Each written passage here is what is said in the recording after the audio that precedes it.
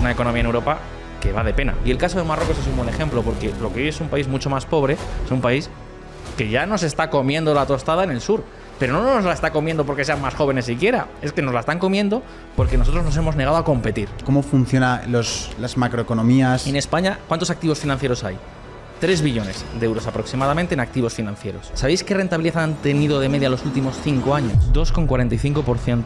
Madre mía, casi pega la inflación. Ni siquiera, es que yo diría que no han cubierto la inflación. Pero aparte de problemas, si tuvieras que decir de cosas buenas, ¿qué podríamos destacar de este momento que estamos viviendo? Nos hemos acostumbrado porque la gente sigue diciendo que mal se vive, que mal se está. Hubieses vivido en los años 60, y no te estoy diciendo los 20, te estoy diciendo los años 60, que es mucho más adelante. Igual la casa que podían tener era 4 ladrillos puestos y pintados con cal viva, donde no habría ni calefacción. Entonces ha habido un salto muy grande. Ha habido muchos años de paz, por ejemplo. Lo que pasa es que todo eso se puede perder. ¿Cómo creéis que va a afectar la gobernanza de Donald Trump? A ver, voy a decir una cosa un poco controvertida. Donald Trump tiene muy poco poder. Veíamos la figura también de Nayib Bukele, Javier Milei, por ejemplo, también en Argentina. ¿Por qué está pasando eso? ¿Está pasando también por esto que tú has comentado antes de que se están convirtiendo casi en creadores de contenido? Lo que estos líderes han hecho es cambiar las reglas de juego. Han llegado con una nueva estrategia de marketing para aprovechar las redes sociales a través de creadores nuevos, de podcasters, de vídeos de YouTube, de vídeos de TikTok. Se trata de darte de plantearte un problema muy claro y darte una respuesta muy fácil.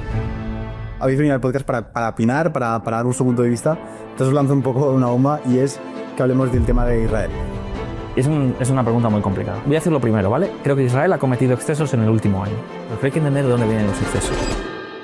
Vamos a suponer que hace 100 años una persona queda en coma y se despierta hoy, aquí en este lugar, en este mundo en el que vivimos actualmente, y en vez de ver los medios de comunicación habla con vosotros. Y os pregunta, ¿cómo está el mundo? ¿Cómo va el mundo? ¿Qué le responderíais? Y estamos en un momento bastante complicado, con muchísima tensión. Precisamente las últimas semanas, prácticamente el inicio de 2025, ha sido un no parar. Así que lo que le diría es, agárrate que vienen curvas. Joder, vaya cuerpo se le quedaría, ¿no?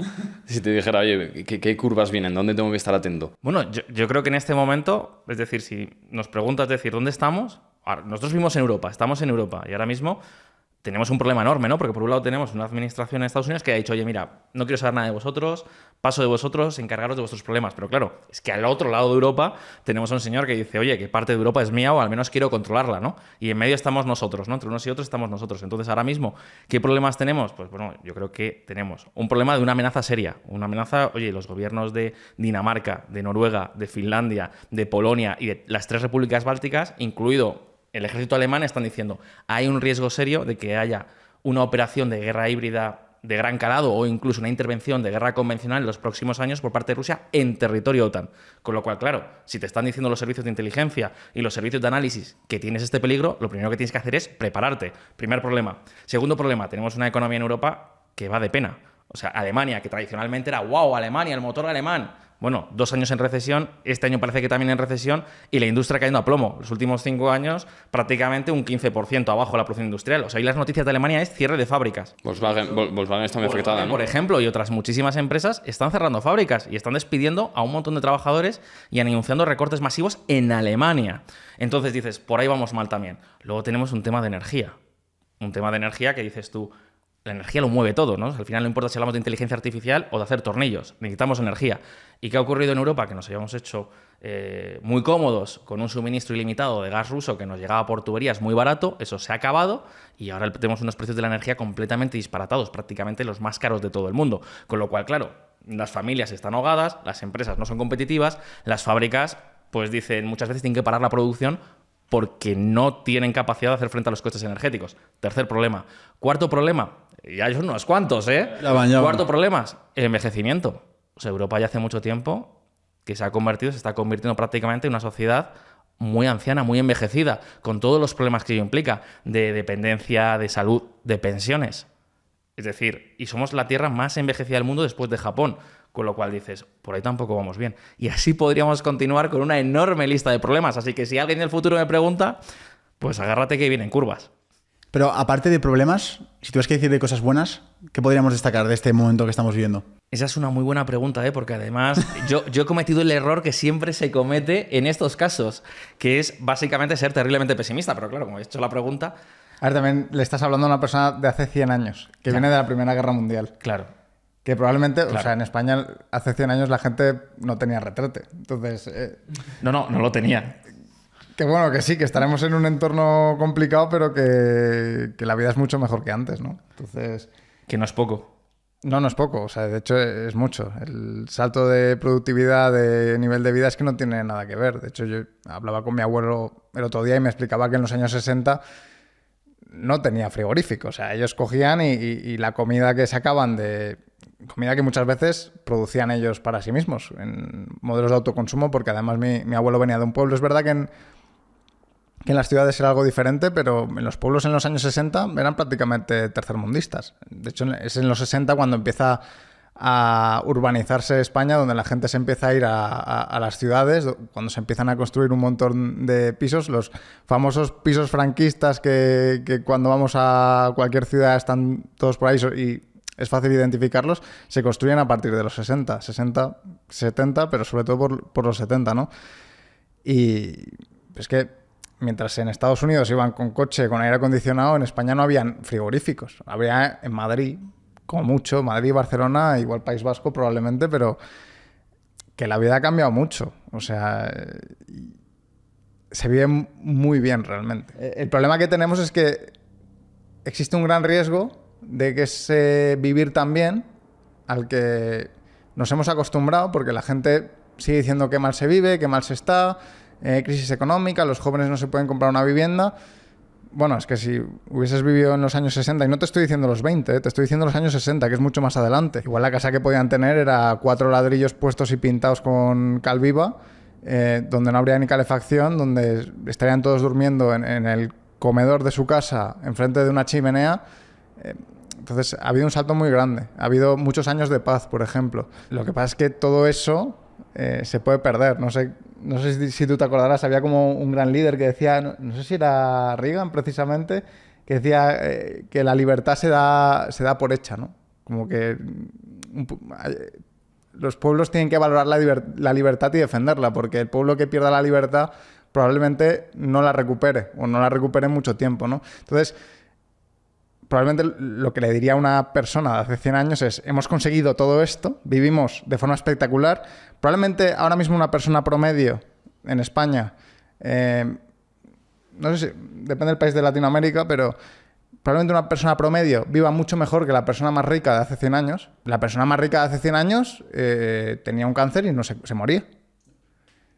No sé si tendría acceso a ciertas medicinas que tenemos ahora. No tenía un coche. O si lo tenía en una carraca que iba a 20 por hora. Porque además en los años 20, por ejemplo, creo que en Reino Unido el límite de velocidad en la carretera era de 30 por hora. De hecho, eso probablemente explique por qué Estados Unidos ganó en la producción industrial de coches a Reino Unido, por ejemplo. Entonces, le diría eso. Oye, hemos conseguido todo esto. La vida es otra cosa completamente diferente ahora.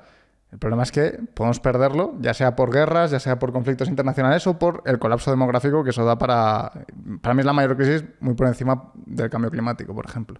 Estoy de acuerdo, pero volviendo a la senda de ser muy optimistas, yo diría otra cosa, ¿no? Es decir, hemos sido negativos. Yo creo que Óscar lo ha descrito muy bien. Lo que ha dicho Óscar es una gran verdad que muchas veces lo olvidamos, ¿no? Sobre todo los más jóvenes siempre tenemos esa tentación de decir es que nos va muy mal. Bueno, te va muy mal en términos relativos, ¿no? Digo, a lo mejor te va muy mal respecto a la expectativa que tú tenías, pero respecto a lo que la vida hace unas pocas décadas, no. Pero ahora además le diría otra cosa, y es que estamos en un momento, yo creo, de una trascendencia histórica enorme, para bien.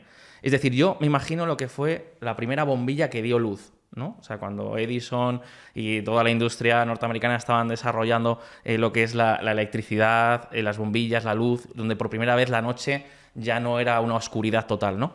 Estamos viviendo ese momento ahora, como con la inteligencia artificial, por ejemplo, con la robótica. Es decir, ahora mismo estamos prácticamente al alcance de la mano, estamos viendo que se pueden hacer cosas que eran inimaginables hace muy poco tiempo, ¿no? Entonces estamos empezando en esa nueva transformación económica, política, social, que yo creo que va a marcar historia. Y la estamos viviendo nosotros en este momento. Con lo cual, hombre, ser afortunados también. Eso hay que celebrarlo. ¿No? Claro, hay que celebrarlo. Es un mensaje optimista, ¿no? Que la inteligencia artificial vaya a traer algo de nuevo, alguna novedad, porque la mayoría de gente lo vive con miedo. El pensar que la inteligencia artificial va a acabar con nosotros y no sabemos cómo afectará en la economía, porque si el ser humano no va a servir para nada, para que esté en la economía, ¿cómo os lo imagináis? En realidad sí que lo sabemos. O sea, tenemos mucha experiencia histórica del avance tecnológico y en eso de la inteligencia artificial no va a acabar con el trabajo. No va a pasar. ¿Por qué? Porque, de hecho, partimos de una asunción tramposa, que es, nos va a quitar todos los trabajos. ¿Qué significa que nos va a quitar todos los trabajos? ¿Que va a hacer todo?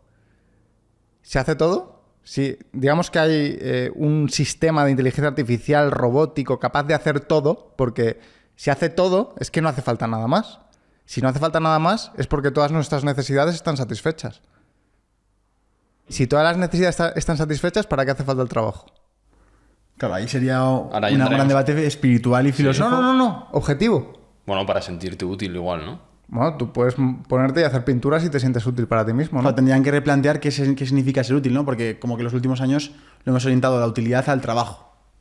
A ganar dinero. Pero incluso a nivel de comer, a nivel de ganarte la vida. Uno puede sentirse útil pues simplemente pues porque se ha hecho una novia o porque esquía muy bien o porque mete muchos goles jugando a fútbol. Y lo puede hacer por ocio. Ya. El trabajo no está para eso. El trabajo está para satisfacer necesidades humanas, para comer, para poder ir de viaje y disfrutar, para tener utensilios de comida con los que hacerte el chef. Si eso ya lo hace la inteligencia artificial, ¿para qué hacen falta los trabajos? Entonces, ya planteando esa situación, ¿no? Te hago esa pregunta. ¿Cómo funcionaría la economía en ese contexto? En un contexto donde las, Donde no hay donde las las máquinas máquinas ya hacen todo. Claro, porque no Si hay- si no las hay máquinas ya emprendedor. hacen todo, significa que tú tienes una máquina en tu casa que hace todo. Y que haga todo significa que esa misma máquina va a hacer otras máquinas que ya hacen todo. Y podría A mí tener- me parece un escenario que no va a pasar. Ya. Porque me parece imposible. De hecho, las necesidades humanas son cambiantes. Yo hoy no necesito lo mismo que mañana. Hombre, necesito comer. Pero yo igual hace 20 años escuchaba música de, no sé, de Melendi y hoy escucho música, pues no sé, de Bad Bunny. Ha cambiado mi preferencia. Porque la necesidad humana es satisfacer, en realidad es una preferencia. Yo prefiero esto. Si yo no quiero comer por lo que sea, porque soy un monje budista que está haciendo huelga de hambre, o no huelga de hambre, pero que no come por religión, mi necesidad no es comer. Hombre, será mi necesidad fisiológica para mantenerme vivo, pero no mi necesidad como agente económico, como ser humano. Entonces, ¿la inteligencia artificial nos va a quitar el trabajo? Ojalá lo quite. Ojalá haya una máquina que esté en el salón de mi casa produciendo absolutamente de todo. Pero eso, repito, no va a pasar porque además me parece ciencia ficción. La máquina no se va a ir a minar a una mina interespacial y a traerla a la puerta de tu casa. O sea, probablemente haga falta cierta organización. Y de nuevo, incluso aunque en un momento estático la inteligencia artificial satisfaga mis necesidades van a cambiar. Entonces, todo eso se tiene que reorganizar. Igual hay una superinteligencia de la leche encargada de detectar lo que yo pienso. Me parece tan lejano y tan complicado que eso pase que ni siquiera me parece un planteamiento que tengamos que hacernos ya. Entonces, si eso no va a pasar, si siempre va a haber necesidades humanas que satisfacer, siempre va a haber otro humano dispuesto a ir a satisfacerla. Igual, ojo, igual se quita trabajo, pero no en el sentido de que la gente no tenga nada que hacer. Mientras haya necesidades humanas, incluso aunque sean necesidades tan encima en la escala de Maslow como interacción social, porque por ejemplo, yo me lo quiero pasar bien, pues tengo un amigo, pues ahí puede haber una necesidad humana que se puede llegar a considerar trabajo de alguna forma, no lo sé, esto ya es otro debate, ¿no? Pero el punto es que siempre vamos a tener algo que hacer, ¿no? Y lo que sí que puede pasar es que es lo que ha pasado siempre con el desarrollo tecnológico, no es que la gente se haya quedado sin trabajos, lo que pasa es que cada vez han ido trabajando menos horas. Y eso sí que va a pasar. Y los trabajos han cambiado. Y los trabajos han cambiado. Han surgido nuevos trabajos, han surgido nuevas necesidades y al final, yo honestamente, ya no es que sea lejano, ¿no? Esa inteligencia artificial de la que hablaba Óscar, es que además creo que hay algo muy importante y es que los seres humanos siempre vamos a demandar contacto con otros seres humanos para hacer ciertas cosas o para encontrar ciertas necesidades, ¿no? Cubrir ciertas necesidades que tenemos. Entonces, al final, probablemente haya un trabajo que luego valga el doble, es algo así como premium, a lo mejor, ¿no? Un trabajo realizado por un ser humano, a lo mejor luego vale mucho más que el trabajo realizado por una máquina. Esto es como los relojes, ¿no? Creo que hay un muy buen ejemplo con la industria relojera, ¿no? Total. Donde hay auténticos fanáticos de los relojes. Oye, cuando apareció el reloj de cuarzo, que es el reloj de pila, básicamente es el más preciso. O sea, la precisión del reloj de cuarzo es prácticamente total. El reloj con un sistema manual, los relojes automáticos, son mucho más ineficientes. Un Rolex, por ejemplo, tiene un retardo de 2-3 segundos, ¿no? Mensualmente, y se va acumulando ese retardo. Es mucho menos eficiente que un reloj de cuarzo. Los relojes de cuarzo son accesibles, pero en cambio, ¿cuál es la demanda que hay en el mercado? ¿Cuáles son los más caros? El Rolex, ¿no? O el Patek Philippe o el Omega. Pues yo creo que exactamente va a pasar lo mismo con los trabajos que realicen los seres humanos. Y es que habrá siempre una valoración mucho más alta para lo que haga una persona que no una máquina. Con lo cual, lo que habrá es una evolución de los trabajos, menor cantidad de horas necesarias para satisfacer nuestras necesidades, una vida más acomodada y no una nueva tipología de trabajo. Por ejemplo, el contenido, el entretenimiento. Puede ser que luego nos lo pasemos muy bien yendo a ver una película que se hace en directo o una obra de teatro que se hace en directo. Total. O, por ejemplo, la lectura, ¿no? O sea, nos gustará leer mucho más lo que hagan otros. Es decir, creo que hay muchísimas posibilidades. Total.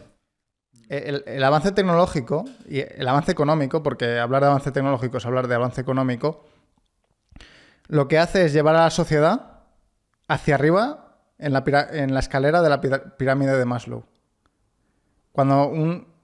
Os hago una pregunta. Cuando pensáis en un país muy pobre, ¿de qué trabaja la gente normalmente? En el campo, con animales y cosas así. ¿Por qué trabajan en el campo? Porque son tan poco productivos por sí mismos que, por ejemplo, no pueden hacer lo que hacen en Estados Unidos. En Estados Unidos, una persona sola, con una máquina, con un tractor, puede trabajar miles y miles de metros cuadrados de terreno y con lo que se cultiva en ese terreno dar de comer a miles y miles de personas. Una persona produce para decenas de miles. ¿Qué pasa en los países pobres con poco desarrollo tecnológico? Que prácticamente tienen que trabajar el campo con sus manos. Entonces eso le da para comer ellos, autoconsumo, e igual un poquito para sus hijos, un poquito para la comunidad. Cuando se mejora la tecnología, y esto por ejemplo pasó en la Revolución Industrial, se diseñaron ciertos sistemas de rotación de cultivos, por ejemplo, que permitió al agricultor producir más con lo mismo, ¿no? En la misma tierra sacaba más comida. Sobra gente. ¿Ok? Ese avance tecnológico hace que mucha gente no necesite ir a seguir trabajando en el campo porque ya se produce suficiente comida. No hay más bocas que alimentar. Sí. Entiéndase, ¿eh? No hay tantas bocas que alimentar. Esa gente que se queda sin trabajo por culpa del cambio tecnológico, de hecho esto pasó en España en los años 60, durante el franquismo, el campo español era muy improductivo porque había muchas barreras de comercio, no se podían importar fertilizantes, no se podían importar fácilmente máquinas para el campo, entonces había una economía muy pobre, tercermundista, de prácticamente autoconsumo, pero cuando eso cambia, a partir de los años 50-60, pasa eso, ¿no? El campo español se vuelve súper productivo y mucha gente se queda sin trabajo en el campo. Esto le pasó a mi abuelo. ¿Qué hizo mi abuelo? Se fue a una zona diferente, a Menorca. Yo soy de Menorca porque mi abuelo migró a Menorca. ¿Qué pasaba en Menorca? Se estaba desarrollando un nuevo tipo de negocio más superior en la escala de Maslow, el turismo. Una necesidad que antes no se buscaba, ¿no? Una necesidad que antes no existía. Claro. ¿Qué es lo que pasa? Que como empieza a sobrar gente en el campo, las necesidades a satisfacer son más altas. ¿Qué pasó en la Revolución Industrial? Bueno, ya tenemos la comida lista, más o menos. Vamos a abrigarnos mejor. Me voy a Londres, a una fábrica donde hacemos tejidos de algodón. Y se montan fábricas en Londres que luego ese algodón lo redistribuyen por todo el campo, por otros países incluso, con exportaciones. Si os fijáis, comer va más abajo en la escala de Maslow que, por ejemplo, los tejidos, ¿no? O la industria en general. Y pasa lo mismo en los tiempos modernos.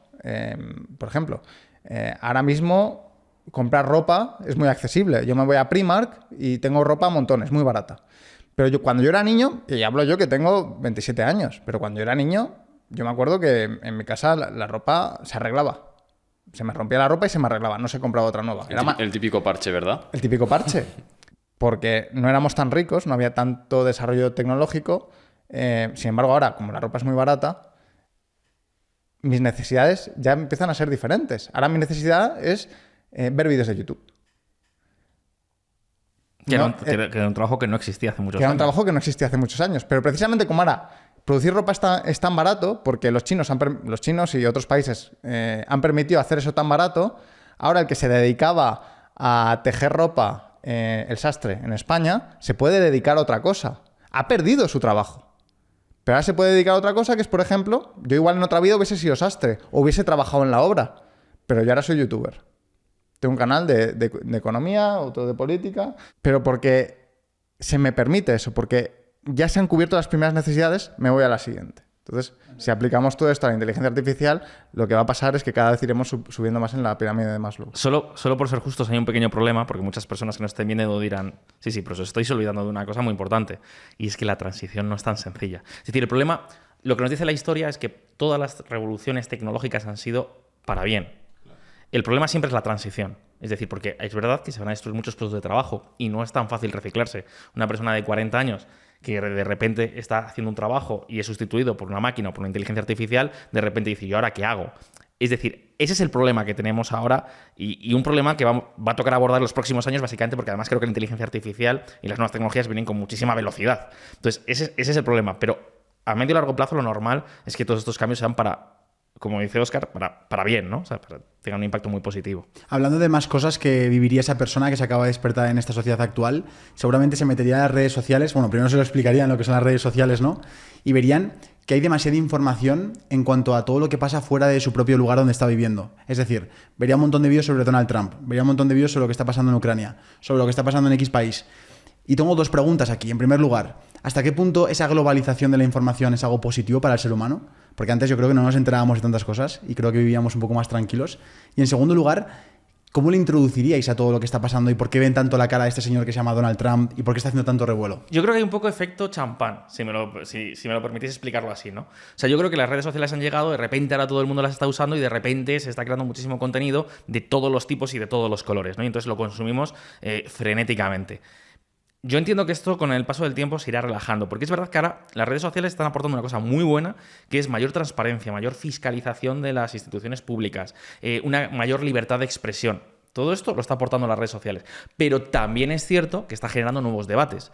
Por ejemplo, lo hemos vivido recientemente en las elecciones de Alemania, ¿no? Las elecciones de Alemania han tenido como resultado un parlamento terriblemente fragmentado, donde las opciones políticas más extremas, que los dos lados, han sido las grandes triunfadoras de estos comicios electorales, ¿no? Por un lado tenemos a la AfD y por otro lado tenemos pues, a grupos prácticamente estalinistas o poscomunistas, ¿no? Es decir, y estos dos grupos políticos, donde han arrasado precisamente es entre la gente más joven, entre la gente que más uso hace las redes sociales. ¿Por qué? Porque al final, claro, esos nuevos debates se han convertido muchas veces en una batalla encarnizada, que es lo que ahora tenemos que conseguir gestionar, ¿no? Desde mi punto de vista o desde mi experiencia, creo que el problema que tiene es exactamente ese, que es lo que se ha venido a denominar en los grandes círculos la polarización política, ¿no? La polarización política es básicamente un debate frontal entre posiciones enfrentadas que te lleva cada vez a unas trincheras mucho más extremas, ¿no? Entonces, yo honestamente creo que es positiva la llegada de toda esta inundación de comunicación porque tiene efectos muy buenos. Es decir, al final, saber lo que ocurre en el mundo, tener información suele ser mejor que no tenerla porque te permite tomar mejores decisiones. Y además hace que sea más difícil que te engañen, ¿no? Y también sirve para poder comparar mejor. O sea, al final, si conoces lo que ocurre en otras partes, vas a ser más exigente. Por ejemplo, mucha gente ha decidido moverse de su país. A nosotros nos escribe muchísimo gente de América Latina que dice, oye, yo he decidido hacer las maletas, tratar de buscar un nuevo emprendimiento porque he visto que en el mundo hay oportunidades, que no todo es lo que hay a mi alrededor, ¿no? Que realmente puede haber una vida mejor. Creo que eso hoy es más fácil que antes y hace que seamos mucho más exigentes con el poder político, pero al mismo tiempo estamos en las fases iniciales, nos ha generado un efecto champán y también de una enorme polarización. Yo creo que eso es un poco Donald Trump. Es decir, Donald Trump tendrá cosas buenas, tendrá cosas malas, pero sobre todo es un líder de una nueva generación de comunicación que llega con unos mensajes muy duros, que llega con unos mensajes que son más propios a lo mejor de Twitter o de X ahora que de lo que tradicionalmente ha sido el discurso político, ¿no? O sea, es un creador de contenido.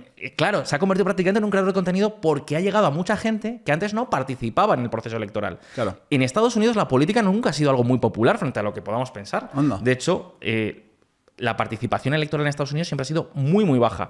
Y de hecho, por ejemplo, en las ciudades o los estados, cuando vas a votar al ayuntamiento o a lo que sería en España la comunidad autónoma, estamos hablando de participaciones electorales de hasta el 10%. Wow. O sea, hay muchísima abstención. En Estados Unidos, digamos que la política siempre se ha visto con mucha distancia. Y en cambio, lo que ha ocurrido ahora con las redes sociales y con la llegada, por ejemplo, de personajes o de líderes políticos como Donald Trump, es básicamente que de repente esto ha cambiado. Porque al final de repente te llegan vídeos por WhatsApp. Porque de repente entras en X y te encuentras con que fulanito dice no sé qué, pues yo estoy de acuerdo, no estoy de acuerdo. Y ves unos debates muy intensos. Y de repente abres Facebook y te encuentras lo mismo. Y yo creo que eso es un poco lo que es Donald Trump. Y eso es lo que son muchos líderes modernos, ¿no? Que son los líderes, digamos, post-redes sociales, ¿no? Digamos, de la nueva etapa de las redes sociales. Y tenemos que acostumbrarnos a ello o al menos aprender a digerirlo. Esto pasó en su día con la televisión también. ¿Cómo creéis que va a afectar la gobernanza de Donald Trump? Porque se habla mucho de que va a afectar en Ucrania. También se habla, incluso hace poco escuché que iba a eliminar muchos impuestos, de que no va a haber como doble impuestos, como por ejemplo Nueva York, que tiene impuesto Nueva York, más impuesto como que tienen doble. ¿Cómo puede afectar a nivel mundial, a nivel económico dentro de Estados Unidos? A ver, voy a decir una cosa un poco controvertida. Muchas personas de las que nos estén viendo en este momento van a decir, Enrique, eres un pipipi, ¿no? Donald Trump tiene muy poco poder. Muy poco poder. Tiene mucha influencia, pero muy poco poder institucional. En Estados Unidos, la presidencia, el poder ejecutivo está muy restringido, básicamente porque en su día sustituyeron a un rey. Es decir, la independencia de Estados Unidos viene porque no querían estar sometidos a un rey extranjero. Entonces fueron muy cuidadosos de que no hubiese un nuevo rey en Estados Unidos. Eso hizo que la presidencia esté muy limitada y muy acotada. En Estados Unidos quien tiene el poder es la Cámara Legislativa, es el Senado y es la Cámara de Representantes y es la Corte Suprema, esencialmente. El Poder Ejecutivo tiene muy poco poder. Entonces ahora estamos escuchando muchas cosas de Donald Trump. Donald Trump dice, Donald Trump anuncia. Pero básicamente Donald Trump, donde tiene capacidad de actuaciones en política exterior y en la gestión del Ejecutivo conforme a lo que le dice el Congreso, ¿no? La Cámara de Representantes y el Senado. Claro, donde tienes influencia, o sea, Donald Trump tiene influencia política. Él puede ir donde los senadores republicanos o ir donde los congresistas republicanos y decirle, oye, me tenéis que aprobar este cambio. Lo que pasa que el proceso legislativo en Estados Unidos es muy lento, es muy duro y es bastante complicado porque está basado en contrapesos. Con lo cual, lo más probable es que Donald Trump no consiga hacer grandes cosas. Ni para bien, ni para mal. Es decir, vamos a encontrarnos muchísimo ruido, probablemente nos encontremos un tema de aranceles o una guerra comercial, que eso él tiene ciertas potestades para hacerlo, aunque también limitadas, pero a medida que se vaya agotando su mandato y especialmente porque tenemos que recordar que Donald Trump no se puede presentar a la reelección, es lo que en Estados Unidos toda la vida se ha considerado como un pato cojo, es decir, un presidente que pierde influencia muy rápidamente porque los congresistas y senadores saben que ya no va a estar en la boleta en las próximas elecciones, ¿no? Que no va a estar en la lista. Entonces, lo normal es que no consiga hacer muchas cosas. Entonces, estamos en la política del ruido. Pero de ahí a que eso se produzca en hechos tangibles, va a haber una gran diferencia. Con lo cual, en Ucrania sí puede haber un cambio. Es decir, pues parece que hay un alto el fuego, parece que va a haber un acuerdo de paz, o al menos Washington lo va a intentar por todas las vías, y habrá que ver luego cómo se gestiona ese acuerdo de paz, ¿no? Que ahí es donde Europa tiene una gran responsabilidad. Pero más allá de estas cuestiones, no os penséis o no pensemos ni que para bien ni para mal Donald Trump va a cambiar el mundo en el que vivimos. Vale, salen muchos frentes. O sea, me gustaría hablar de Europa, de Ucrania, de la figura de Donald Trump, pero ya que hemos tocado a Donald Trump, tengo una cuestión y es, están apareciendo figuras como que parecen, lo que tú has dicho, como celebridades, como estrellas, ¿no? Y veíamos la figura también de Nayib Bukele, veíamos la figura también de otros líderes que están teniendo mucha influencia. Javier Milei, por ejemplo, también en Argentina. ¿Por qué está pasando eso? ¿Está pasando también por esto que tú has comentado antes de que se están convirtiendo casi en creadores de contenido? En que dicen algo pero saben que el impacto no es lo que dicen en ese meeting político, sino que está saliendo en X, está saliendo en YouTube, en todos los medios de comunicación. ¿Qué está pasando aquí? ¿Por qué ese perfil tan... Además que suelen ser perfiles parecidos, ¿no? Como muy... no voy a decir totalitarios, ¿no? Porque no es así, pero sí como con un mensaje muy directo. Sí, como que no suelen ser gente muy de decir cosas ambiguas, sino que dicen todo como muy al extremo. Has puesto 3 ejemplos que comparten esos rasgos que estás diciendo. ¿Por qué los comparten? Básicamente porque ha cambiado su función. Hace unos años, hace igual 10 años, tampoco tantos, hace 10 años o 15 años, lo que hubiese dicho Donald Trump o Javier Milei muchas veces les hubiese costado, hubieran dicho hasta aquí la carrera política. Básicamente porque en su día había unos filtros, se llaman los medios de comunicación, que decían hasta aquí, esto es intolerable, esto es políticamente incorrecto, esto no es adecuado. ahora ya ese filtro ha desaparecido. Es verdad, ya no y hay entonces filtro. ahora estos líderes políticos ya no se dirigen a quienes antes ejercían el filtro. Ahora se dirigen directamente a un público. A un público que, a ver, muchas veces tampoco sigue la política en el día a día. No sabe los grandes debates. Si ahora nos vamos a Estados Unidos y hacemos una encuesta a pie de calle y preguntamos cuál es el déficit del gobierno federal, pues la gente que va a ser capaz de responder va a ser muy poca. Es decir, esa es la realidad, ¿no? Entonces, lo que estos líderes han hecho es cambiar las reglas de juego. Han llegado con una nueva estrategia de marketing para aprovechar las redes sociales. De hecho, se basan los tres en las redes sociales. De hecho, los tres tienen un enfrentamiento directo con los medios de comunicación tradicionales y tratan de que todo su discurso se canalice directamente, ¿no? A través de creadores nuevos, de podcasters, de vídeos de YouTube, de vídeos de TikTok, que ahora está siendo una auténtica euforia en el mundo político. Y eso es porque han cambiado esas reglas de juego, es lo que hablábamos antes, ¿no? Entonces, ahora ellos no tienen que dirigirse a un periodista para que el periodista o un analista diga, vale, ok, está muy bien, voy a escribir este artículo de esta determinada forma o voy a decir que este personaje no es tal cosa. No, ahora se dirigen a un público que tampoco está muy metido en el día a día, entonces van con ideas muy rupturistas, muy claras, que a veces son correctas, a veces son incorrectas, pero básicamente es lo que podríamos denominar el pospopulismo, ¿no? Es decir, y no me entendáis mal, creo que es lo que está ocurriendo prácticamente con todas las corrientes políticas, de un color y de otro. Es decir, ahora mismo se trata de darte de plantearte un problema muy claro y darte una respuesta muy fácil, pero a lo bestia. Es decir, sin medias tintas. Porque además, yo no quiero convencer a todo el mundo, quiero convencer a esa parte de la población que siente que ese problema le afecta y entonces va a tener una solución. Y cuando tú percibes que tienes un problema, rápidamente quieres una solución, ¿no? Entonces, este es un poco el juego. Yo creo que es lo que tenemos que aprender a gestionar, honestamente. Y creo que ocurrirá. Yo creo que eso va a ocurrir con el paso del tiempo. De hecho, es más, probablemente esto, igual me equivoco, a lo mejor dentro de 5 años venís y decís, Enrique, has dicho la mayor barbaridad de tu vida. Pero yo creo que ese efecto de champán va a hacer que estos estrellatos tan mesiánicos se diluyan o pierdan cierto peso. O sea, que volvamos un poco más a la normalidad. Todo tiene cosas buenas y cosas malas, pero vamos, yo creo que eso es un poco así. No sé, Óscar, tú lo vives un poco con más intensidad, porque tú sigues mucho más las redes sociales que yo.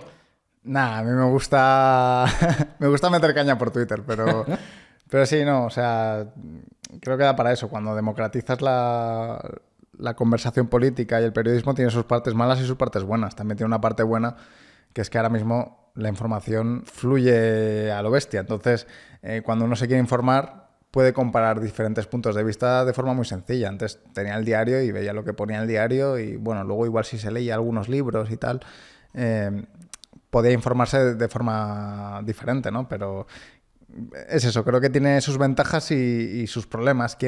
La parte buena es que quien realmente quiera fiscalizar a los políticos, ver en qué mienten, ver en qué manipulan, puede hacerlo. Antes era mucho más complicado, aunque eso también depende de que la misma gente quiera fiscalizar a los políticos, porque también es muy fácil. Lo veía ahora con Milei y el tema este de la cripto de Libra, que para cualquier persona más o menos racional sabrá que es un gran error el que ha cometido Milei de promocionar una cosa que a todas luces parece una estafa.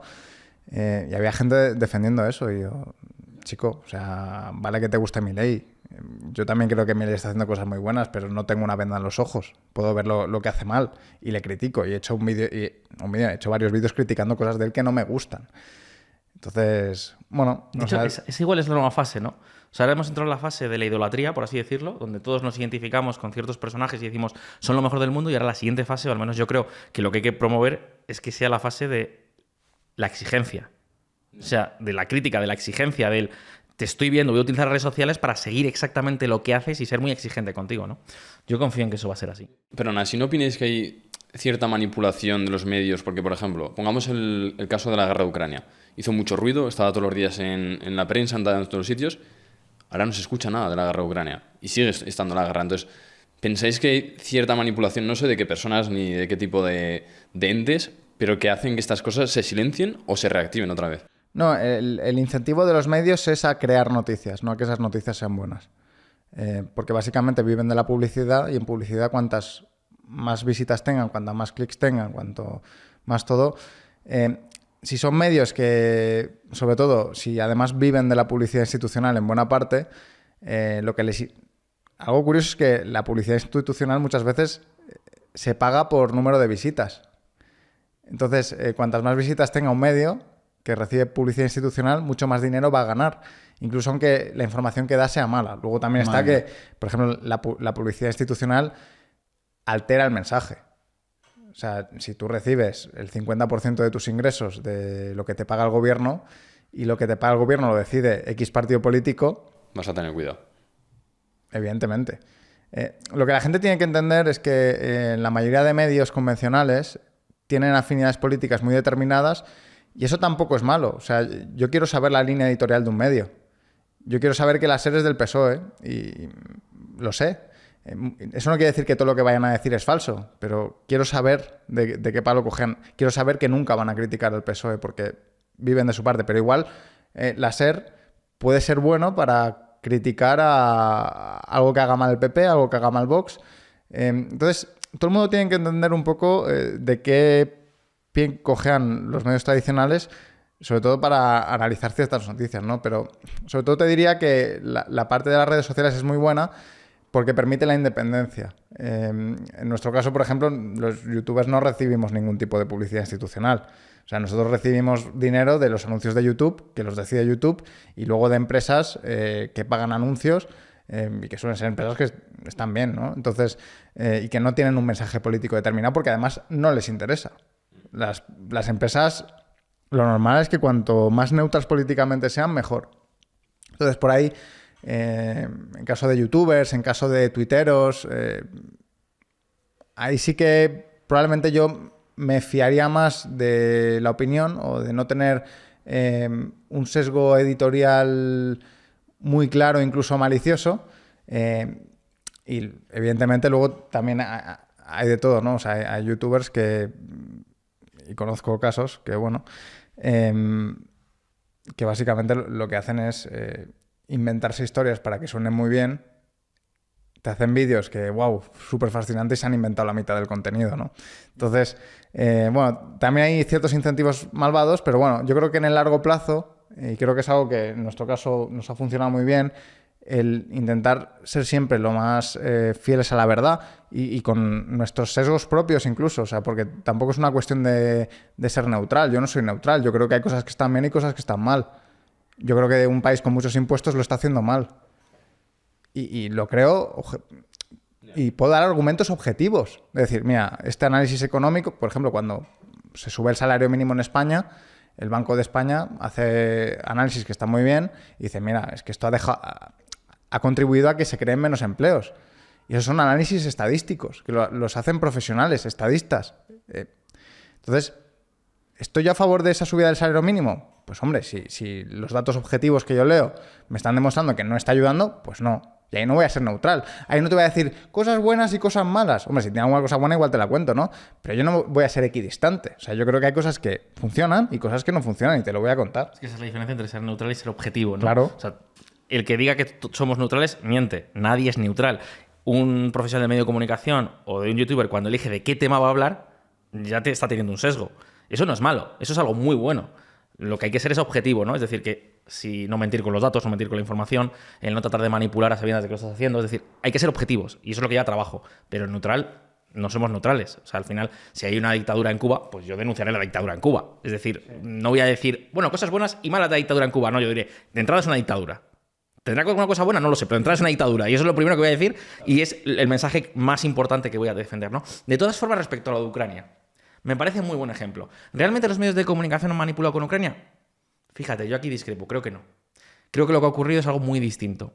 Y es que hoy en día hay mucha competencia. Porque si no te interesa lo que cuenta un medio de comunicación, o sea, hace 20 años, si una televisión te contaba algo y no te interesaba, te da igual, porque básicamente tenías 1, 2 y 3 canales de televisión. Hoy, si algo no te interesa, tienes 1000 opciones. Cierto. Tienes YouTube, tienes no sé cuántos canales de televisión, tienes las plataformas de streaming, o sea, tienes de todo. ¿Por qué dejaron de hablar de Ucrania? Hombre, yo creo que aquí sacaría un poco el mea culpa, por, si tenemos que decirlo de esta forma, y es que creo que a la sociedad dejó de interesarle muy pronto. Es decir, hacíamos una sociedad donde la inmediatez cuenta. Es decir, todo queremos que sea inmediato, que todo se resuelva muy rápido. Y el problema de la guerra de Ucrania es que no se resolvió en 1 año, ni en 2. Entonces se hizo muy larga la guerra. Y yo creo que eso saturó a los espectadores. Hoy sigue, continúa. Hoy sigue claro, activo, ¿no? 3 años. Hoy continúa la guerra. Entonces, yo creo que simplemente se saturó al espectador que de repente quiso preocuparse de otras cosas, quizás más alegres, quizás de lo que le preocupaba más en su día a día, lo que sea. Y por eso los medios de comunicación, que hoy tienen una competencia feroz, dijeron, bueno, pues hay que apagar el tema de la guerra en Ucrania, ¿no?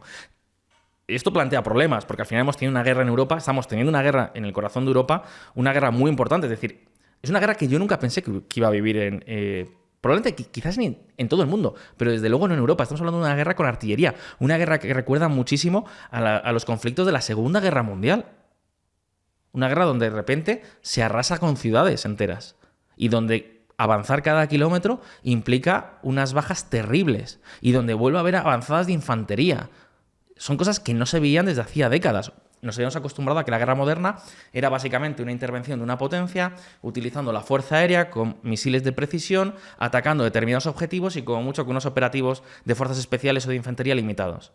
Así fue la guerra de Afganistán, así fue la guerra de Irak, pero la guerra de Ucrania en el corazón de Europa ha sido completamente diferente. Estamos hablando de misiles, de artillería, de bombardeo de ciudades, de localidades que han quedado completamente calcinadas. Y en cambio nos hemos cansado de ello. A pesar de tenerlo muy cerquita, nos hemos cansado de ello. Enrique, ¿y cómo crees que va a acabar esta guerra? Lo primero, yo soy optimista, tengo que decirlo. Yo no estoy de acuerdo en este caso con el plan de acción que ha puesto sobre la mesa la administración Trump. Lo digo en nuestros vídeos, no estoy diciendo nada nuevo. Yo no estoy de acuerdo, pero creo que es bueno alcanzar un acuerdo de paz en Ucrania. Creo que es bueno alcanzar un acuerdo de paz en Ucrania porque creo que Ucrania se merece la oportunidad de levantarse, de crecer. Yo creo que esto va a acabar a la coreana. O sea, creo que vamos a llegar a un buen día en el que de repente se va a plantear un alto el fuego. Quizás hay un acuerdo de paz, pero aún así creo que va a ser un acuerdo muy limitado en formas, probablemente de empatada para adelante. Pero a ver, simplemente los combates van a cesar. Quizás haya un intercambio de territorios. Yo te devuelvo Kursk, tú me devuelves ciertos kilómetros cuadrados de no sé qué zona de Zaporilla o de Luhansk. Algo así.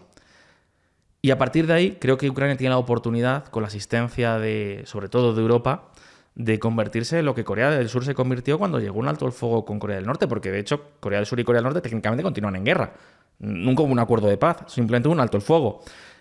Yo creo que esa es la gran oportunidad de Ucrania y creo que es lo más importante que 3 años después ocurra. ¿Por qué? Porque con Ucrania solo había 2 posibilidades. Una era, o Occidente le entregaba todas las armas posibles para ganar la guerra, o hay que plantear un escenario de paz donde, y esto es muy importante, y es donde aquí entra el juego, porque mucha gente se piensa que este problema va a acabar cuando se alcance la paz. Y para nada. De hecho, esto es algo que a medida que te vas aproximando al muro, ¿no? A medida que te vas aproximando a la frontera rusa, la gente empieza a ser más consciente de ello. El tema no se va a terminar cuando se llegue a un alto el fuego en Ucrania. Primero, porque esa guerra puede reproducirse en pocos años. Para que eso no ocurra, hay que blindar Ucrania. ¿Cómo? Es el debate que ahora hay. Habrá que blindarla militarmente, habrá que blindarla con garantías de defensa, habrá que hacer muchas cosas. Pero es que es más. Yo antes os lo planteaba. Hay un riesgo real, así lo están viendo muchos gobiernos de Europa, muchos servicios de inteligencia, de que pueda haber un enfrentamiento incluso en territorio OTAN. ¿Por qué? Porque si esta jugada a Moscú le sale razonablemente bien, es posible que quieran subir la apuesta, sobre todo si Estados Unidos ya no está garantizando la seguridad en Europa, cosa que parece claro que no van a continuar garantizándola como ha sido hasta ahora. Ayer lo decía el presumiblemente nuevo canciller alemán, lo decía, ¿no? Tenemos que prepararnos para romper con Estados Unidos en el sentido de tenemos que prepararnos para cuidar de nuestra propia seguridad. Y lo decía abiertamente. Vladimir Putin hace 2 años restableció el distrito militar de Leningrado, un distrito militar histórico situado en el entorno de San Petersburgo, donde ahora mismo está realizando el reclutamiento de un montón de decenas y decenas y decenas de miles de combatientes. Es decir, cuando termine la guerra, lo que nos vamos a encontrar es con una Rusia que va a tener un ejército que quiere llevar hasta el 1,5 millones de hombres y donde va a tener una industria militar que es rudimentaria, que no es tan grande, pero que está produciendo a destajo y que crea empleo.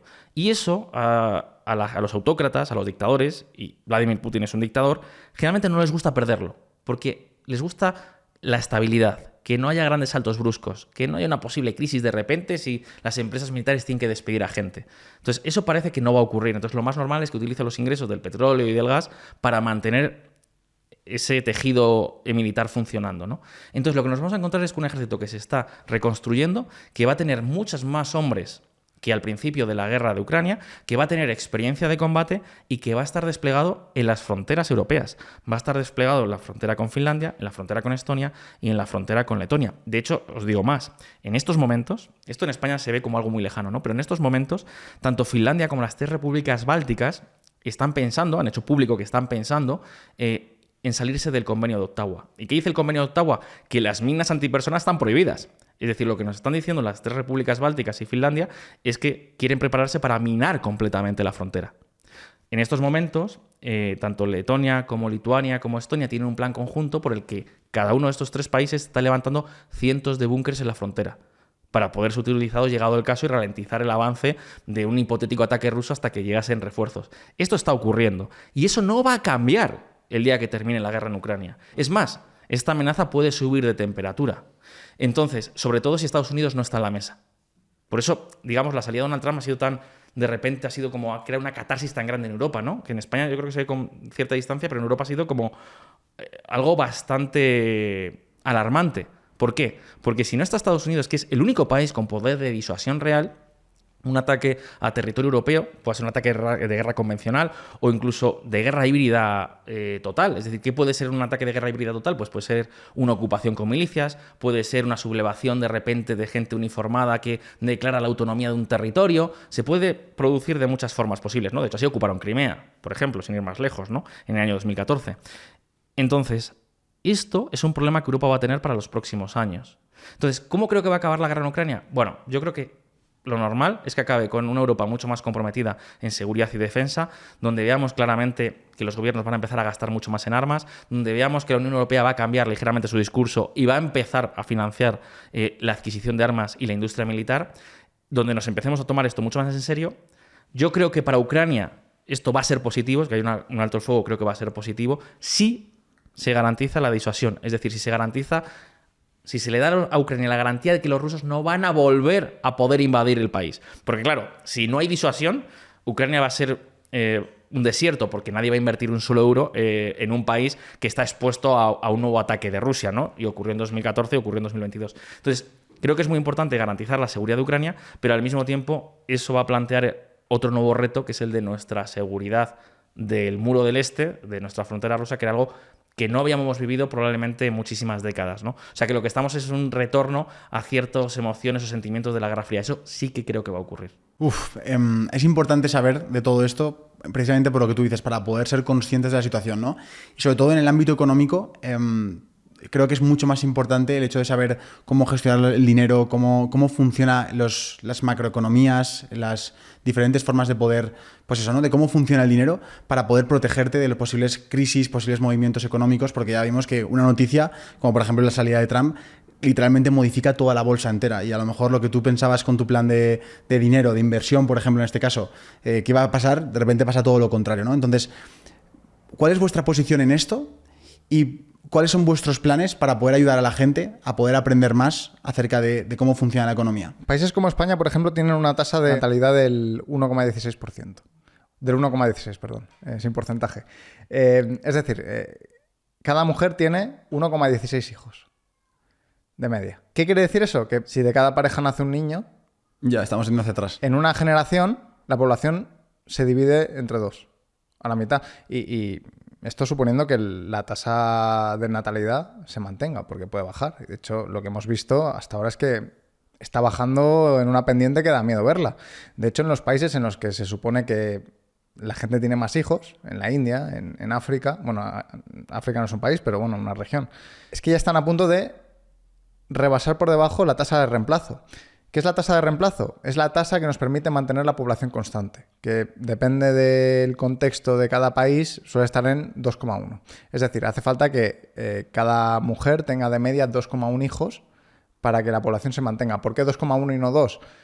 Bueno, 2,1, el 2, porque si se necesita un padre y una madre para tener 2 hijos, si esos 2 padres mueren, para que la población se mantenga constante hacen falta 2, ¿no? Que sustituyan al padre y a la madre. ¿Por qué el 1,? Pues porque hay gente que nace infértil, hay gente que se muere antes de llegar a la edad adulta, porque nacen más niños que mujeres. Y de hecho, si os fijáis, digo hijos por mujer. Un hombre puede tener muchos hijos. De hecho, un solo hombre podría hipotéticamente fertilizar a millones de mujeres, ¿no? Sin embargo, lo que importa es el útero, o sea, la mujer, ¿no? A la hora de tener hijos. ¿Qué pasa? Que si ya regiones como África, como la India, están yendo a romper la tasa de reemplazo, la población mundial va a decrecer. De hecho, probablemente antes de que termine el siglo ya entraremos en caída libre. Pero volviendo al caso de España, si nos vamos a una tasa de fertilidad de 1, lo que quiere decir es que la población, cada generación, va a ir a la mitad. Si ahora somos 40 millones de personas, la siguiente generación serán 20. La siguiente serán 10. La siguiente serán 5. Ya tienes que España, en 3 generaciones, tiene la población de Cataluña. Madre mía. De todas formas, los que estamos aquí ya estaremos muertos para aquel entonces. El problema será de las generaciones futuras. Sin embargo, esto sí que va a tener efectos sobre nosotros, sobre nuestro patrimonio, sobre nuestra economía, sobre nuestros ahorros. Sobre la jubilación también, no me imagino. La jubilación es el ejemplo más cristalizado de ello, especialmente en los países que tienen pensiones públicas. En España, dentro de unos 10 años aproximadamente, los pensionistas, jubilados ya, votarán en mayor número que las personas no jubiladas. ¿Qué va a pasar en el futuro? Bueno, pues que los pensionistas llevarán toda la parte del pastel del dinero público, pagaremos impuestos para mantener no solo pensiones, pagaremos centros, residencias de mayores, pagaremos el IMSERSO. Ahora mismo la gente en España, los jóvenes en España pagan los viajes de los jubilados. O sea, se van de viaje y lo paga la gente joven que no puede irse de viaje porque no tiene de entrada ni para acceder a una vivienda, ¿no? Entonces, por una parte vamos a tener que contribuir cada vez más al sistema de pensiones público, lo cual nos va a dejar con muy poco patrimonio si no lo gestionamos bien. Creo que cada vez hay una necesidad en el largo plazo de gestionar mejor nuestro patrimonio, de empezar a invertir. De hecho, se está viendo. Antes, tú lo sabrás mejor, no había... Una persona normal no podía acceder al mercado de la inversión de forma sencilla. Igual tenía que ir al banco a fiarse de un gestor. Invertir era casi como una cosa rara, ¿no? Por suerte, ahora mismo hay fintechs, hay oportunidades para que una persona pueda empezar a invertir en acciones, pueda empezar a invertir en materias primas, pueda empezar a invertir en incluso otros países, porque esto también es interesante, ¿no? Invertir no es solo una forma de rentabilizar mi dinero o mis ahorros, es una forma de obtener fuentes diversificadas de ingresos. Si yo vivo en España y la economía española va cada vez peor, si además se acentúa por un sistema fiscal que va en contra mía, mi salario va a depender de lo que pasa en España, de lo que pasa en la economía española. Ahora bien, si yo invierto en otros países, a través de la bolsa, por ejemplo, voy a poder diversificar mis ingresos para que, por ejemplo, dependan de Estados Unidos. Claro. Si yo compro acciones estadounidenses, lo normal es que la bolsa en el largo plazo, si el país es próspero, vaya cada vez mejor. De hecho, probablemente en el largo plazo la bolsa sea una de las inversiones más seguras que existen. En los últimos 100 años prácticamente un 7% descontada la inflación. Más seguras y rentables. De hecho, lo más inseguro que puede hacer una persona ahora es probablemente dejar sus ahorros en el banco, porque el dinero se lo va a comer la inflación. Antes de empezar el podcast, me habláis algo de una sesión que vais a hacer con el economista Juan Ramón Rayo, gratuita, sí, para aprender de todo esto. Me parece brutal y si la pudiéramos dejar en la descripción para la gente sería increíble. ¿Cómo es esto? ¿Cuándo sucede y cómo puede acceder la gente? Bueno, no sé si Enrique querías comentar el tema del corralito. No, creo que es un buen ejemplo también el corralito porque muy sencillo. Básicamente, cuando Argentina de repente un buen día hace crack, los bancos cierran, la gente no puede sacar su dinero.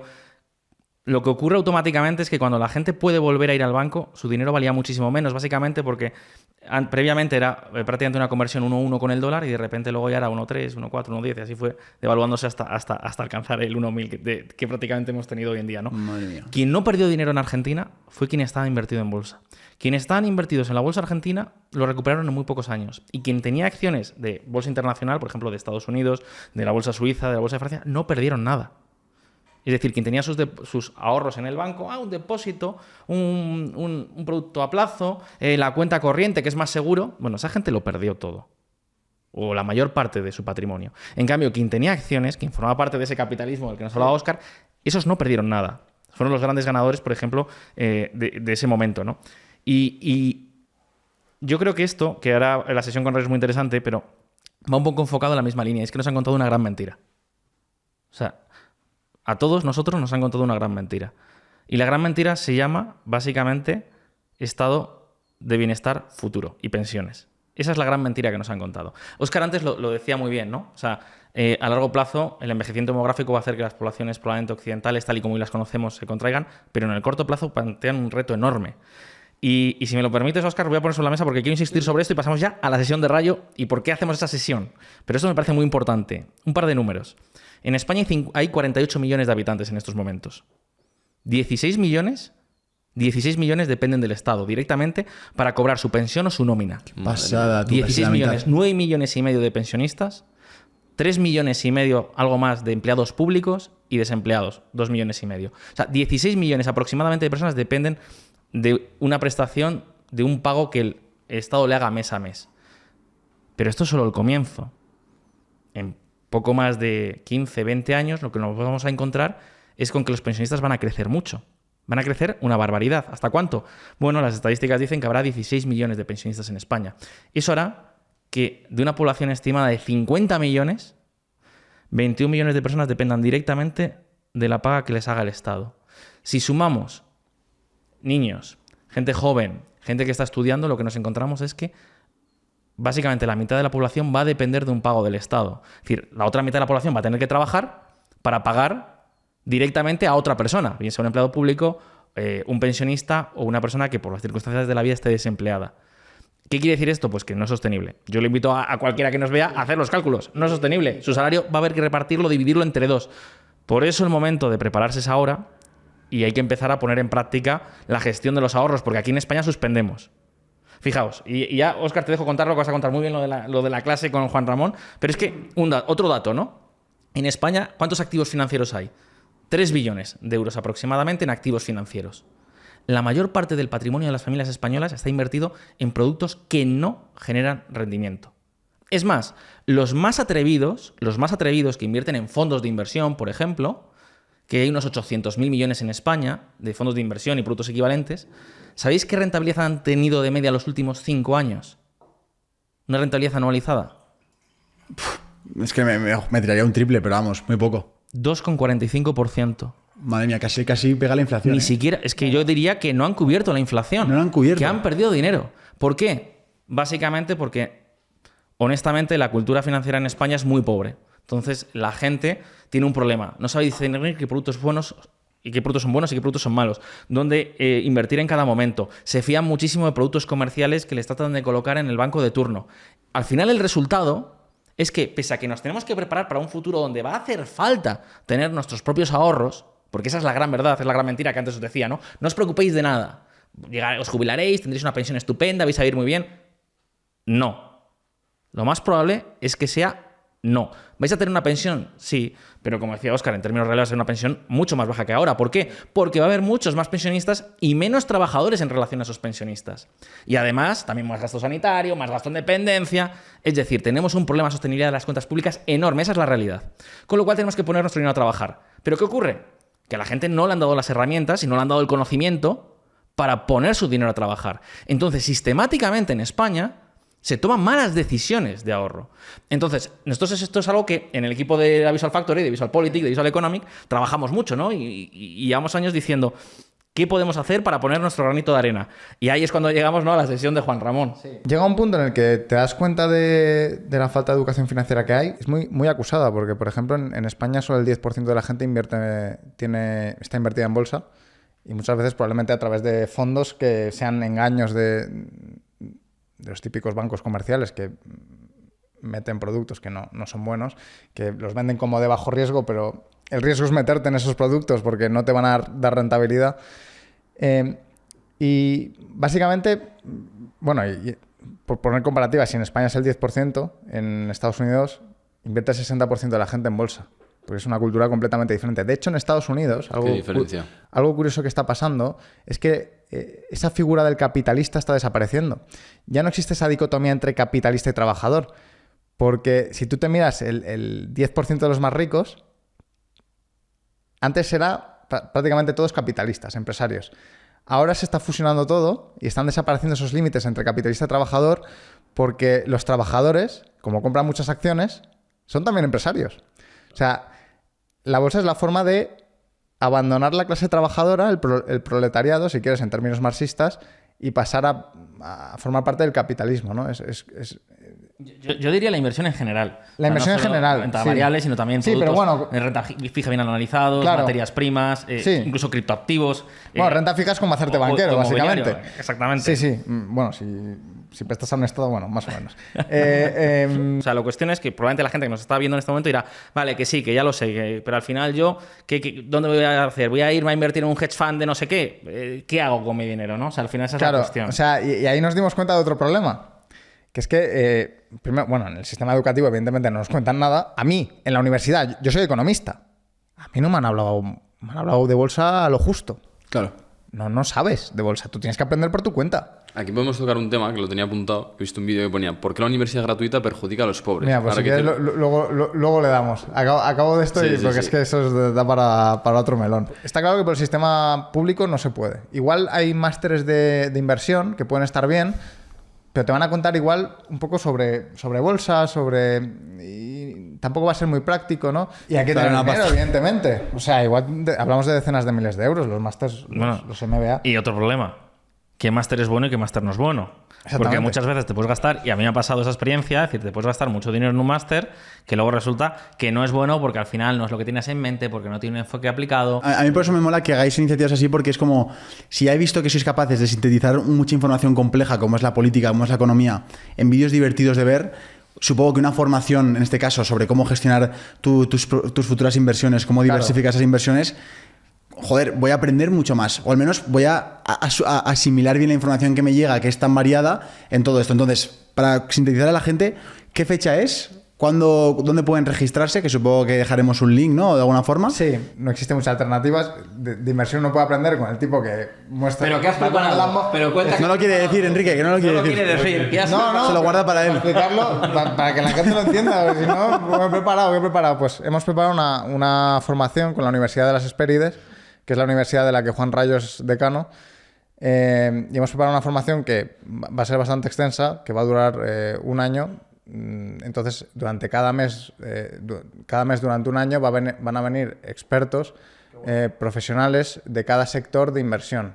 Un mes se va a dedicar entero a inversión inmobiliaria, otro mes se va a dedicar a renta variable, que es la bolsa, renta fija, materias primas, y se van a dar muchas herramientas matemáticas para diversificar. Entonces, el día 23 de marzo vamos a hacer una presentación en directo a través de la plataforma Zoom, en una reunión con Juan Ramón Rayo, que es decano de la Universidad de las Hespérides, y vamos a dar detalles a todo el que quiera aprender sobre esta formación, todo el que quiera saber de qué va a ir, hacer sus preguntas, nos puede preguntar directamente a nosotros, a Rayo, y le daremos toda la información que quiera sobre esta formación, que yo creo que no hay ningún producto similar en... Sí, si me lo permitís decir, porque esto ya de hablar de YouTube y de formación empieza a ser como muy habitual.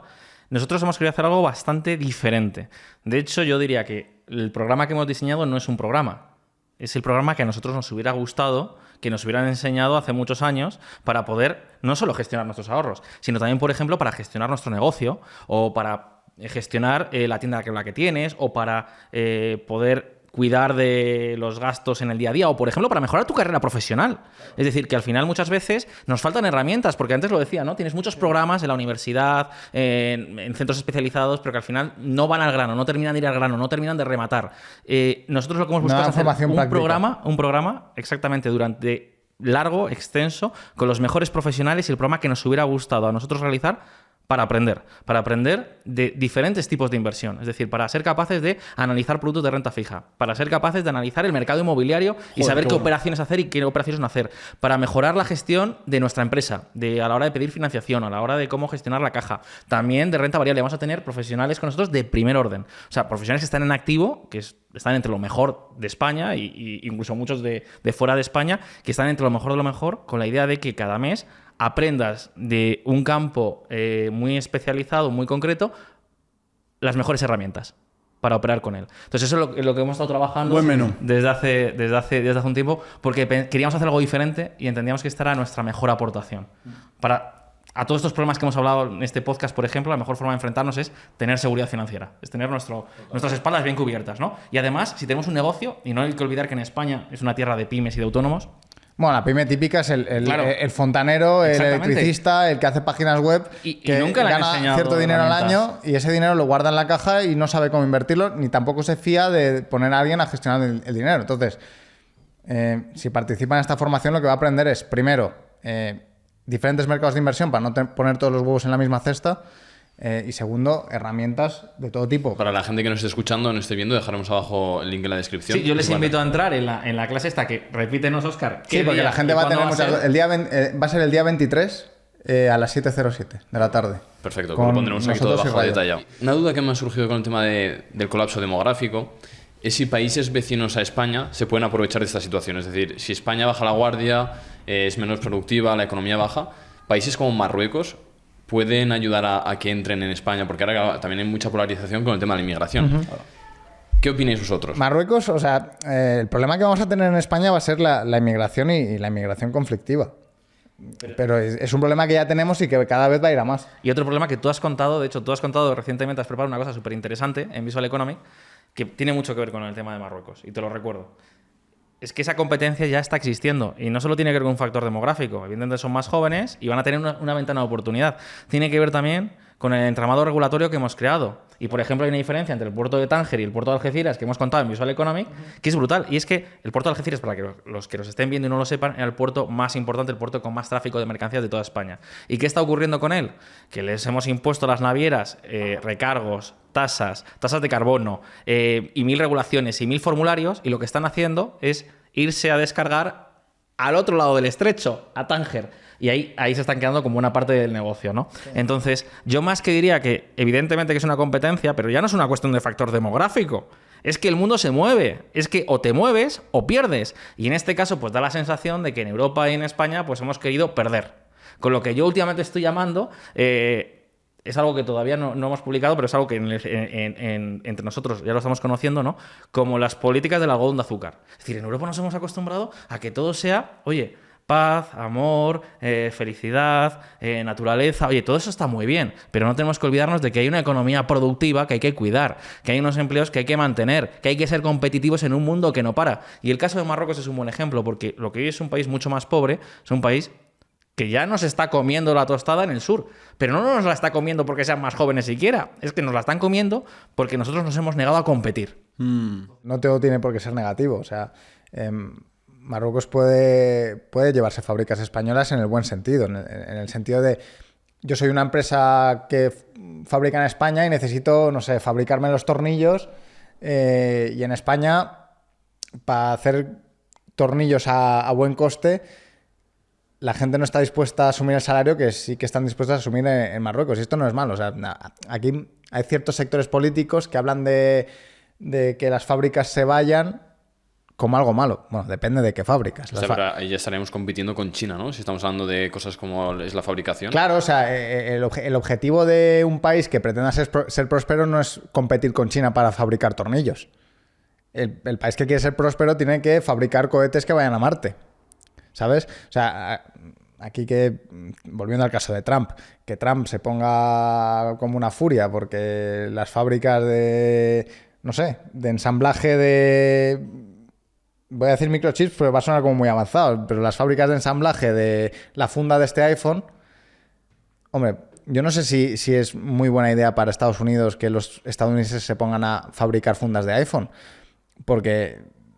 Solo con lo que hay que pagar a cada estadounidense para que haga una funda de iPhone, primero la funda de iPhone para que dé el dinero a la hora de venderlo para pagar esos sueldos, igual se tiene que vender a $100. Pero ¿y eso que dicen que China cada vez parece que es más dueña del mundo? Porque al final es donde se fabrica todo y donde cada vez más tiene el control industrial. ¿Hasta qué punto puede ser esto algo alarmista? Algo que nos pueda asustar a todos. Porque yo cada vez lo veo más, y yo que sé bastante poco de política, digo, ostras, es verdad, si cada vez hacemos menos cosas autóctonas de la región en la que estamos y todo lo compramos fuera, ellos tienen el control y como nos corten el grifo y digan a partir de ahora lo hacemos como yo diga, estamos jodidos. Bueno, ahí hay que decir, hay que hacer varias matizaciones. Perfecto. Es verdad que China evidentemente quiere competir y China está compitiendo y además está compitiendo bien y en los últimos años pues ha habido una explosión enorme de prácticamente de actividad productiva y de exportación a China. De hecho, si ves las estadísticas es asombroso porque en el año 2000, 2004, que no hace tanto, o sea, ya parece como muy lejano, parece prehistoria, pero no hace tanto, prácticamente las exportaciones chinas eran equivalentes a las de Francia. Wow. O sea, eso es como ha cambiado el mundo, ¿no? Y hoy, en cambio, pues China parece ese hegemón de la producción donde todo se fabrica en China. Pero hay que hacer varios matices. Yo os invito a pensar en los productos que utilizáis día a día. ¿De qué compañías, o sea, de qué país son las compañías? ¿A qué país pertenecen esas compañías? Y os vais a dar cuenta que la mayoría no son de China. Son de Estados Unidos. Si tenéis un iPhone, por ejemplo, pues es un producto que probablemente está ensamblado en China. Bueno, probablemente no. Salvo que sea una de las últimas unidades que están ensamblados en la India, lo más probable es que esté ensamblado en China. Pero es un producto americano.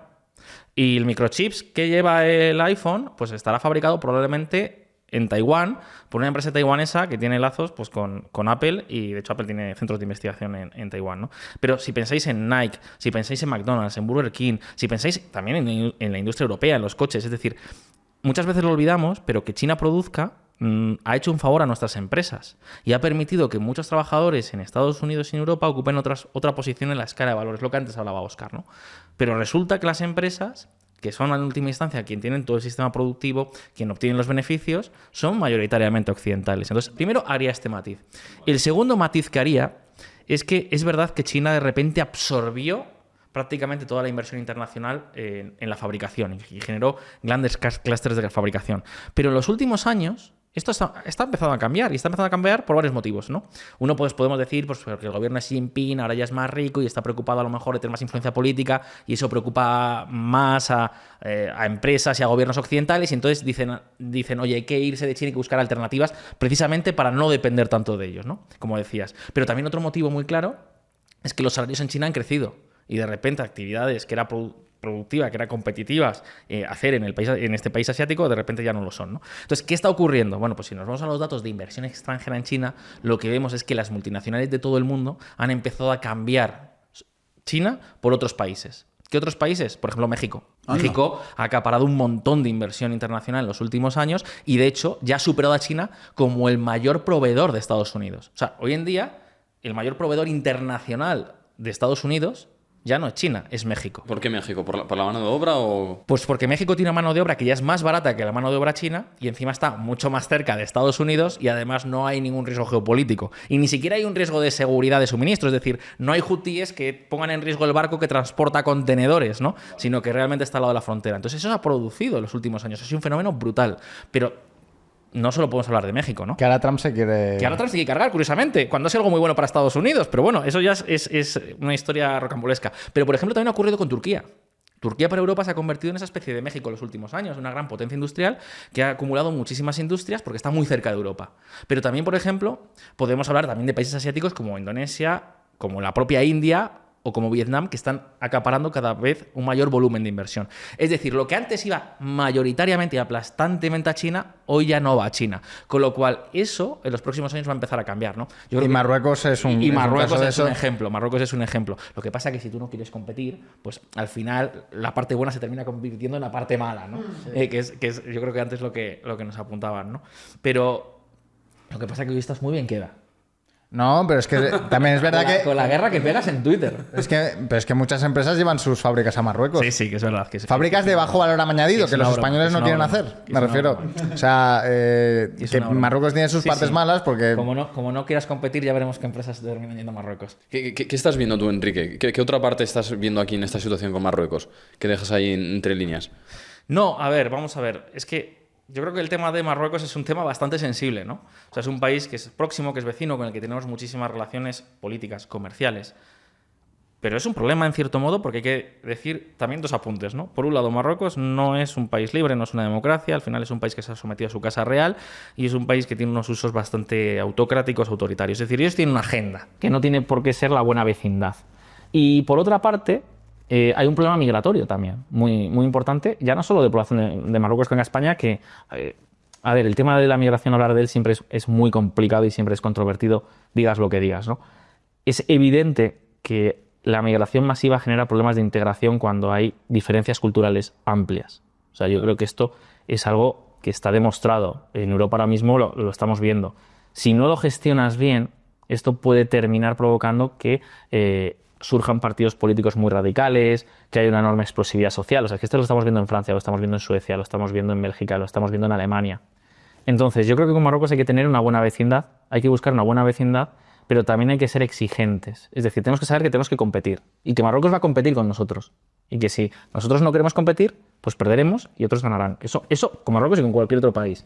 Pero también es cierto que hay un riesgo migratorio. Marruecos es un país que, por ejemplo, nunca ha querido colaborar realmente con España a la hora de frenar esos flujos de inmigrantes, que, por cierto, es una tragedia para los propios inmigrantes. Porque al final es gente que llega con un sueño, con una esperanza, con una expectativa, que se lanza por una vida mejor, no saben dónde van a ir, y hay muchísimas mafias, muchísimas organizaciones que se aprovechan de ellos, ¿no? Para hacer negocio, para hacer un enorme negocio. Y Marruecos lo ha utilizado siempre como una especie de arma geopolítica, como una especie de instrumento de presión a España, ¿no? Entonces yo creo que eso también, es algo que tendremos que tener en cuenta. Y luego hay más problemas, ¿no? Está el problema de Ceuta y Melilla. Y ya no es un problema de si soberanía sí o soberanía no, es un problema de que Marruecos sistemáticamente o recurrentemente pone trabas a las relaciones comerciales libres con Ceuta y Melilla, ¿no? Entonces yo una de las cosas que creo que indignan a muchas personas y que si no se cuidan bien van a generar mucha polarización, y esto, insisto, es controvertido decirlo, pero lo siento, lo digo, porque si no, ¿para qué hemos venido, no? Es el hecho de que o decimos a Marruecos, oye, nosotros queremos comerciar, nosotros queremos tener una relación de buena vecindad, pero tenéis que cumplir. Tenéis que cumplir.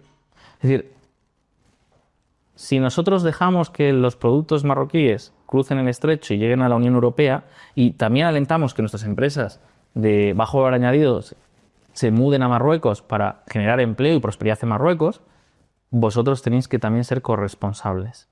Y eso creo que no lo están siendo de todos. Yo creo que Marruecos no está siendo un buen vecino. Entonces creo que tendríamos que ser más exigentes. Y es un poco lo que antes comentaba, ¿no? De la política esta del algodón de azúcar. Es decir, es que está muy bien decir que todos somos muy buenos y que nos llevamos muy bien con todos nuestros vecinos.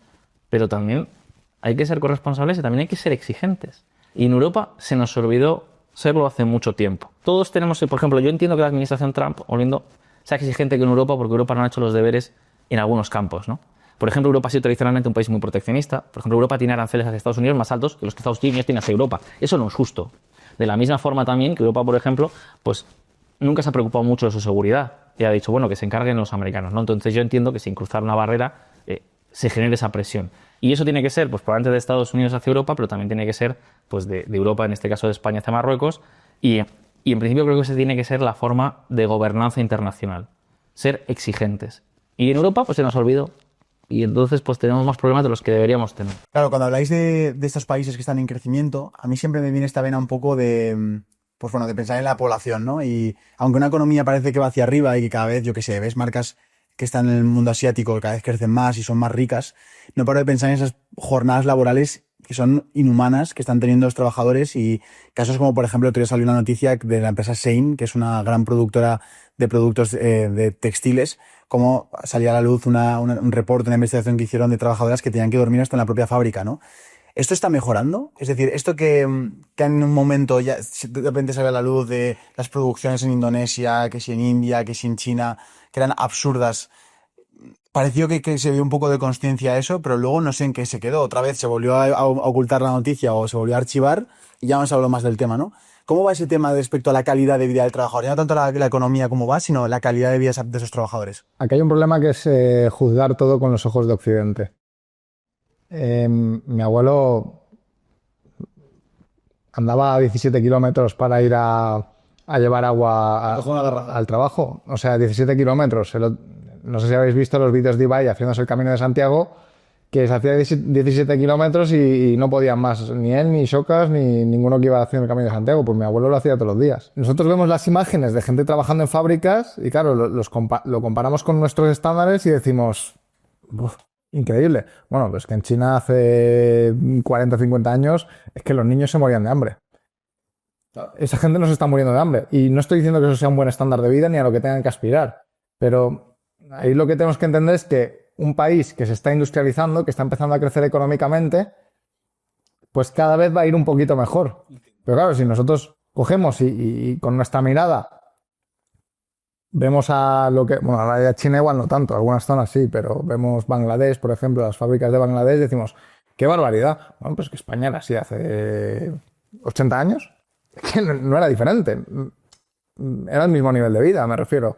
Y si no, de nuevo, que cada uno pregunte en su casa a sus familiares. Es simplemente otra parte del proceso que están viviendo. De hecho, cuando estas personas que hacen mucha campaña contra las fábricas que van a Bangladesh, por ejemplo, lo que consiguen, si esas fábricas dejan de ir a Bangladesh, es que se frene ese proceso de capitalización, es que se frene ese proceso de crecimiento económico. Ellos están muy mal, evidentemente están muy mal, pero es que vienen de peor. Claro.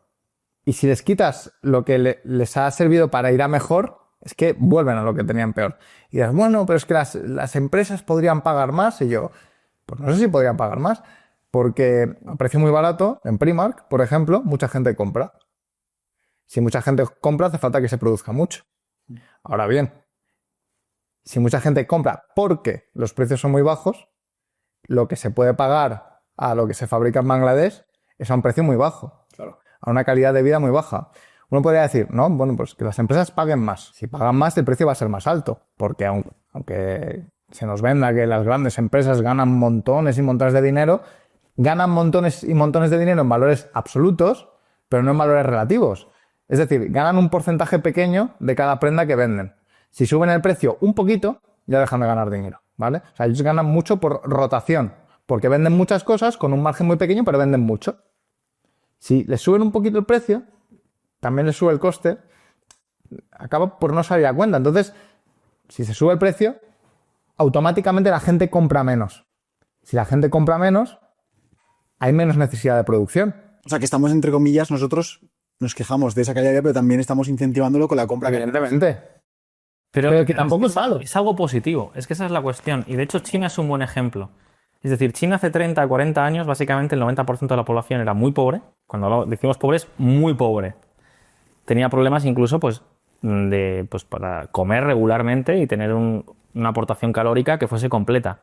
Y si habláis con cualquier persona que sea de origen chino, os lo va a contar, porque esa es la historia de todas las familias del lugar. De hecho, nosotros en el equipo tenemos compañeros que son chinos, porque de hecho estamos preparando varios proyectos en chino, y nos lo cuentan claramente, ¿no? Nos cuentan cómo ese país ha cambiado radicalmente. O sea, lo que hace 30 años era China, que hoy es Bangladesh, hoy ya no tiene nada que ver. De hecho, si vemos la aportación calórica en China, ha crecido un montón. La gente come mucho más y come mucho mejor ahora. Si vemos los patrimonios de las familias, la gente ha conseguido ahorrar muchísimo. De hecho, no sé si los otros espectadores, vosotros mismos, habréis oído hablar de la burbuja inmobiliaria china. Bueno, esa burbuja inmobiliaria se ha producido porque la gente ha podido tener acceso a la compra de vivienda. Algo que hace unos años era impensable. Entonces han comprado nuevas viviendas, han mejorado viviendas, han depositado esos ahorros porque han acumulado ahorros. Es decir, lo mismo con las infraestructuras. Hoy, cualquier persona que vaya a Shanghái o que vaya a Pekín no le parecerá que China es un país del tercer mundo, pero hace 40 años lo era. Y hoy China, en cambio, tiene unos estándares de vida, todavía hay zonas con cierta pobreza, pero tiene unos estándares de vida razonablemente altos, por ejemplo, más altos que México. Ese es el proceso que se ha producido porque las grandes compañías han llevado allí fábricas, han llevado allí actividad económica. Y luego, además, ya no solo son las fábricas, luego es ya las empresas locales que empiezan a crecer para suministrar a esas fábricas, ¿no? Y al final se constituye un tejido económico enorme. Igual la diferencia entre tener y no tener una fábrica, aunque la mujer que podamos ver cosiendo en China, bueno, ahora ya no, en Bangladesh, nos parezca muy duro y igual trabaja 12 horas en la fábrica y es muy duro. Eso puede ser la diferencia entre que su hijo estudie y que no estudie. Exactamente. Entonces, la siguiente generación, como habrá estudiado, sabrá leer, sabrá ciertas matemáticas, ya podrá trabajar en una fábrica igual de microchips. Igual ensamblando los microchips, pero cada vez se va mejor. De eso va la inversión. La inversión no te va a cambiar de un día para otro, pero progresivamente lo interesante del crecimiento económico es ir acumulando capital, que cada vez haya más fábricas, de cada vez más valor añadido, de cada vez esa pirámide de Maslow en etapas más altas. De hecho, creo que hay un ejercicio muy bueno que se puede hacer. Y es que podemos remontarnos 60 años atrás en el tiempo. Yo invito a todos los que nos estén viendo a remontarse 60 años atrás en el tiempo y ver qué países eran los países, digamos, pobres, ¿no? Y, bueno, prácticamente todo el mundo, excepto Europa y Estados Unidos, eran países pobres hace 60, 70 años, ¿no? Y yo les invito a pensar en una cosa, y es, ¿qué países hoy han dejado de ser pobres y qué países continúan siendo pobres? Curiosamente, en los años 50, en los años 40, la renta per cápita en China o en Corea, por ejemplo, no era muy distante a la que había en el África subsahariano. Pero hubo una gran diferencia. A Corea y a China llegó muchísima inversión, llegaron esas fábricas, esas jornadas maratonianas que son terriblemente duras. Pero lo que ha dado lugar es que hoy, en Corea, es un país que tiene una renta equivalente a la de España, incluso ya ligeramente superior a la de España, y China está en camino de conseguirlo. En cambio, en África subsahariana nunca llegó esa inversión. Y la gente sigue siendo mayoritariamente pobre. Con lo cual, es evidente que hay que tener, una conciencia social. Y es evidente que nadie, en su sano juicio, desea que haya jornadas infernales y jornadas maratonianas. Y por supuesto que hay que aventar a las empresas a cuidar a sus trabajadores en todas partes, ¿no? En España, en Estados Unidos, pero también en Bangladesh. Por supuesto. Pero tampoco podemos olvidar algo. Y es cuál es la realidad local y cómo se sale de esa realidad. Antes Óscar hablaba de su abuelo, pero es que era la realidad. Mi padre empezó a trabajar en una fábrica de General Electric con 14 años. Pero luego eso hoy en España nos parece como decir, ¿cómo? ¿Con 14 años trabajando en una fábrica? Bueno, pues es que esa es la realidad de España y España de Europa. Es decir, y nunca España tuvo la renta per cápita de la África subsahariana o que tenía China en los años 50, ¿no? Entonces, esa es la realidad. El proceso de inversión, de capitalización, de creación de riqueza, del que todos podemos participar, si sabemos cómo, y ahí es donde recuerdo, ¿no? La clase que tenemos con Juan Ramón Rayo, ¿no? Es que todo el mundo se apunte, que está en la descripción, porque esto es lo importante, eso es lo que nos cambia la vida. Aquí y en todas partes. Que es aprovechar el esfuerzo, el sacrificio de hoy para crear una vida mejor. Y eso es lo que está ocurriendo en estos países. Porque además os voy a decir una cosa que solemos olvidar. Las empresas no van a los países que lo hacen mal. Es decir, cuando las multinacionales invierten dinero, e invierten mucho dinero en nuevas fábricas, en puertos, en infraestructuras de todo tipo, tienden a concentrar sus inversiones en lugares que les dan cierta seguridad. Y como les dan cierta seguridad, esos lugares tienden a acumular riqueza y tienden a crear riqueza sobre riqueza, es decir, mejoras de productividad. Y entonces ahí de repente es donde consiguen entrar en el trampolín para escapar de la pobreza. Insisto, es que eso lo hemos visto en Tailandia, lo hemos visto en Turquía, lo hemos visto en China, lo hemos visto en Japón, lo hemos visto en Corea del Sur, en Taiwán, lo estamos viendo ahora en Vietnam, es decir, en un montón de países del mundo. Yo quiero que me pongan un ejemplo de un país donde haya llegado masivamente la inversión extranjera, donde haya llegado esas inversiones, esas fábricas, esas jornadas maratonianas, donde las cosas luego no hayan ido bien. Quiero que me pongan un ejemplo. Pero es más, es que voy a poner el ejemplo contrario, que se llama América Latina. Algo que nos pilla muy cerca y que todos conocemos muy bien y donde además supongo que gran parte de nuestra audiencia nos estará viendo desde América Latina y por lo tanto lo conocen de primera mano, ¿saben?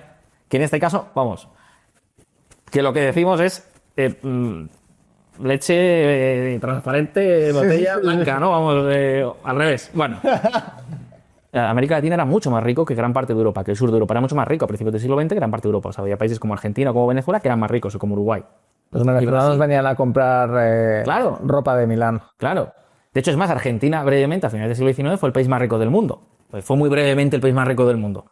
Pero durante los primeros 20 años del siglo XX estuvo entre los 10 países más ricos del mundo. De hecho, si vamos a la Bolsa de Londres, no nos encontrábamos compañías de Italia, nos encontramos empresas de Argentina. Y de hecho, los italianos y los alemanes, además de los españoles, emigraban y iban a Argentina, porque era un país próspero y un país rico. Y llegó un momento, en la década de los 40, 50, donde dijeron, bueno, vamos a cortar esto de las inversiones extranjeras, del comercio internacional, vamos a dar mejores condiciones, vamos a tratar de saltar varias etapas en esta cadena de bienestar. Y hoy lo que nos encontramos es que estos países de Asia son mucho más ricos de lo que es América Latina, que está prácticamente en una trampa de riqueza que ha condenado a la miseria a millones de personas, o incluso, no a la miseria, pero una vida mucho peor de la que hubiesen tenido con esas fábricas, con esa actividad, con ese capital internacional y con ese trabajo. Entonces yo lo que quiero decir es que no es malo que si vamos a comprar a Primark o vamos al Corte Inglés o a la empresa que sea, que no es malo comprar productos que estén hechos en Bangladesh, al contrario, es bueno. Nos lo van a agradecer en Bangladesh. Y voy a poner otro ejemplo que es súper controvertido. Porque aquí en Europa hay mucha leyenda con este tema. Y es el ejemplo que ha sido dantesco, el ejemplo de Oriente Medio. Todos hemos conocido los casos de trabajadores que han sido explotados, además con el sistema de la cáfala, donde se les retiraron el pasaporte y prácticamente estaban en condiciones de semiesclavitud en países como Emiratos Árabes, como Qatar, como Kuwait o Arabia Saudí. Terrible. Todos lo hemos visto en los últimos años, hubo muchísima indignación social. Y hay países donde eso se ha seguido reproduciendo, hay otros países donde no. Por ejemplo, Emiratos Árabes era un país que estaba muy enfocado a crear riqueza, a traer inversión extranjera, a crear empresas. Y lo que se ha producido es una evolución muy grande. Hoy, si vais a Dubái, Dubái es a día de hoy lo que Nueva York era para los europeos a finales del siglo XIX, la tierra de la prosperidad. Evidentemente tuvieron condiciones terribles, terribles, que nadie querríamos pasar por ellas. Y de verdad, o sea, que esto no es una cuestión de no tener solidaridad, es precisamente de tener la solidaridad de decir cómo podemos hacer para que esta gente escape de esas condiciones de vida. Y esa gente que iba de Filipinas, que iba de Bangladesh, que iba de Pakistán, que iba de unas condiciones donde prácticamente no podían alimentar a sus hijos, iban a Dubái, al principio fue muy duro, pero luego el proceso fue emergiendo, y si vais a Dubái os vais a encontrar que hay una creciente comunidad de emprendedores de esos países que llegaron un buen día y otros se quedaron, montaron una pequeña tiendecita, esta tiendecita creció.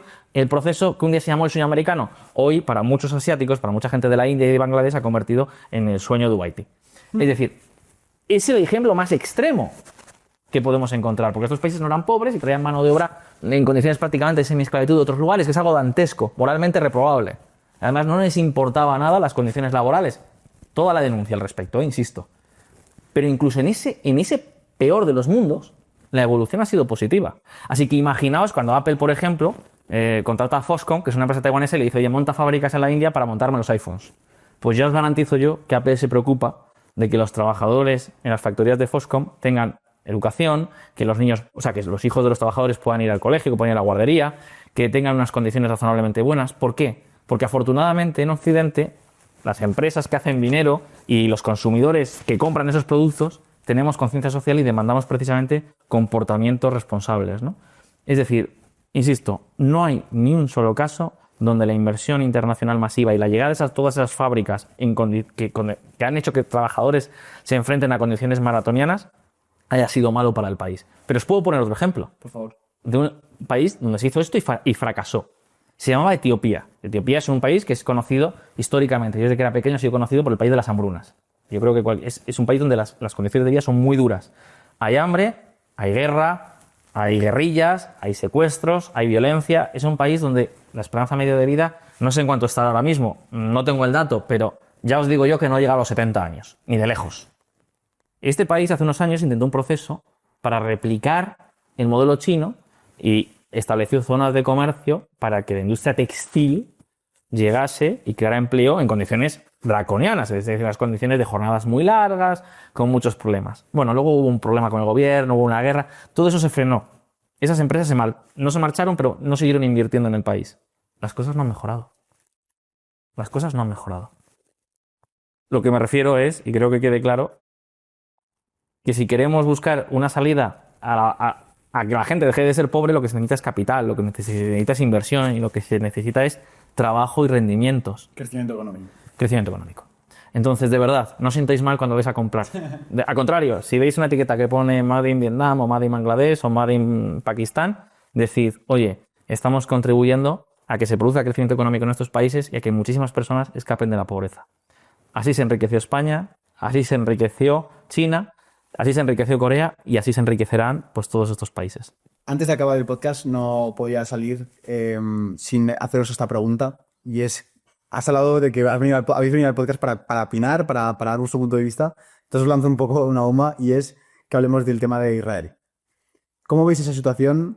Un poco poner esa persona que se ha despertado otra vez, ¿cómo quieres saber qué está pasando aquí? Aunque bueno, esa persona casi hasta ya le llega el conocimiento de lo que estaba pasando allí. ¿Qué ha pasado y cómo veis ahora mismo el panorama? Es la pregunta más complicada que has hecho en toda esta sesión tan ecléctica, donde tenemos hablado de muchos temas, así por un lado, por otro, porque la verdad es que mucho orden no hemos tenido, ¿eh? No. Espero que haya resultado entretenido, pero casi orden no hemos tenido por nuestra culpa, ¿eh? Tendremos a divagar una barbaridad. Es una pregunta muy complicada. Voy a empezar muy corto. Voy a responder de forma muy breve. El nacimiento de Israel en sí mismo es una proeza histórica. Israel se declara y se convierte en un país independiente en el año 1948. El país es fundado por gente que había llegado, por judíos que habían llegado buscando un espacio de libertad, un lugar donde poder trazar su comunidad sin miedo a ser atacados, sin miedo a ser perseguidos. Gente que llegó a una tierra donde no había prácticamente nada. Tel Aviv, por ejemplo, que es una ciudad cosmopolita, que es una ciudad moderna, que es una maravilla de ciudad, está fundada a principios del siglo XX. Madre mía. O sea, y ahí llegaron muchísimos pioneros de todas partes del mundo, pero sobre todo, curiosamente, llegaron de Europa, y de Estados Unidos. Pero sobre todo de Europa. Incluso aunque pasaran puntualmente por Estados Unidos. Gente que vivía en la Rusia zarista, en Ucrania, que vivía pues, en las repúblicas bálticas, que vivía, bueno, y luego, desde luego, después del Holocausto, pues los supervivientes, desde luego, tenían claro que querían un lugar donde poder estar seguros, ¿no? Entonces, con muchísimo trabajo, se crea Israel. Y esto es importante porque el origen de Israel está en la búsqueda de seguridad y protección para el pueblo judío. Esa es esencialmente la causa que produce que se cree Israel. Gente que va a un lugar, a un desierto, a plantar con sus manos, a tratar de sacar algo de donde no había nada. Esa es la historia fundamental de Israel. Y es lo que ellos tienen muy grabado en sangre. O sea, ellos lo tienen es una identidad que prácticamente es compartida por todos porque sus padres, sus abuelos la han vivido. Entonces, para ellos la protección es algo muy importante porque el pueblo judío ha sido perseguido sistemáticamente a lo largo de la historia. Y ellos les voy a contar, pero es algo que todos sabemos, ¿no? Entonces, la fundación de Israel es básicamente la creación de un Estado donde la población judía pueda vivir con seguridad.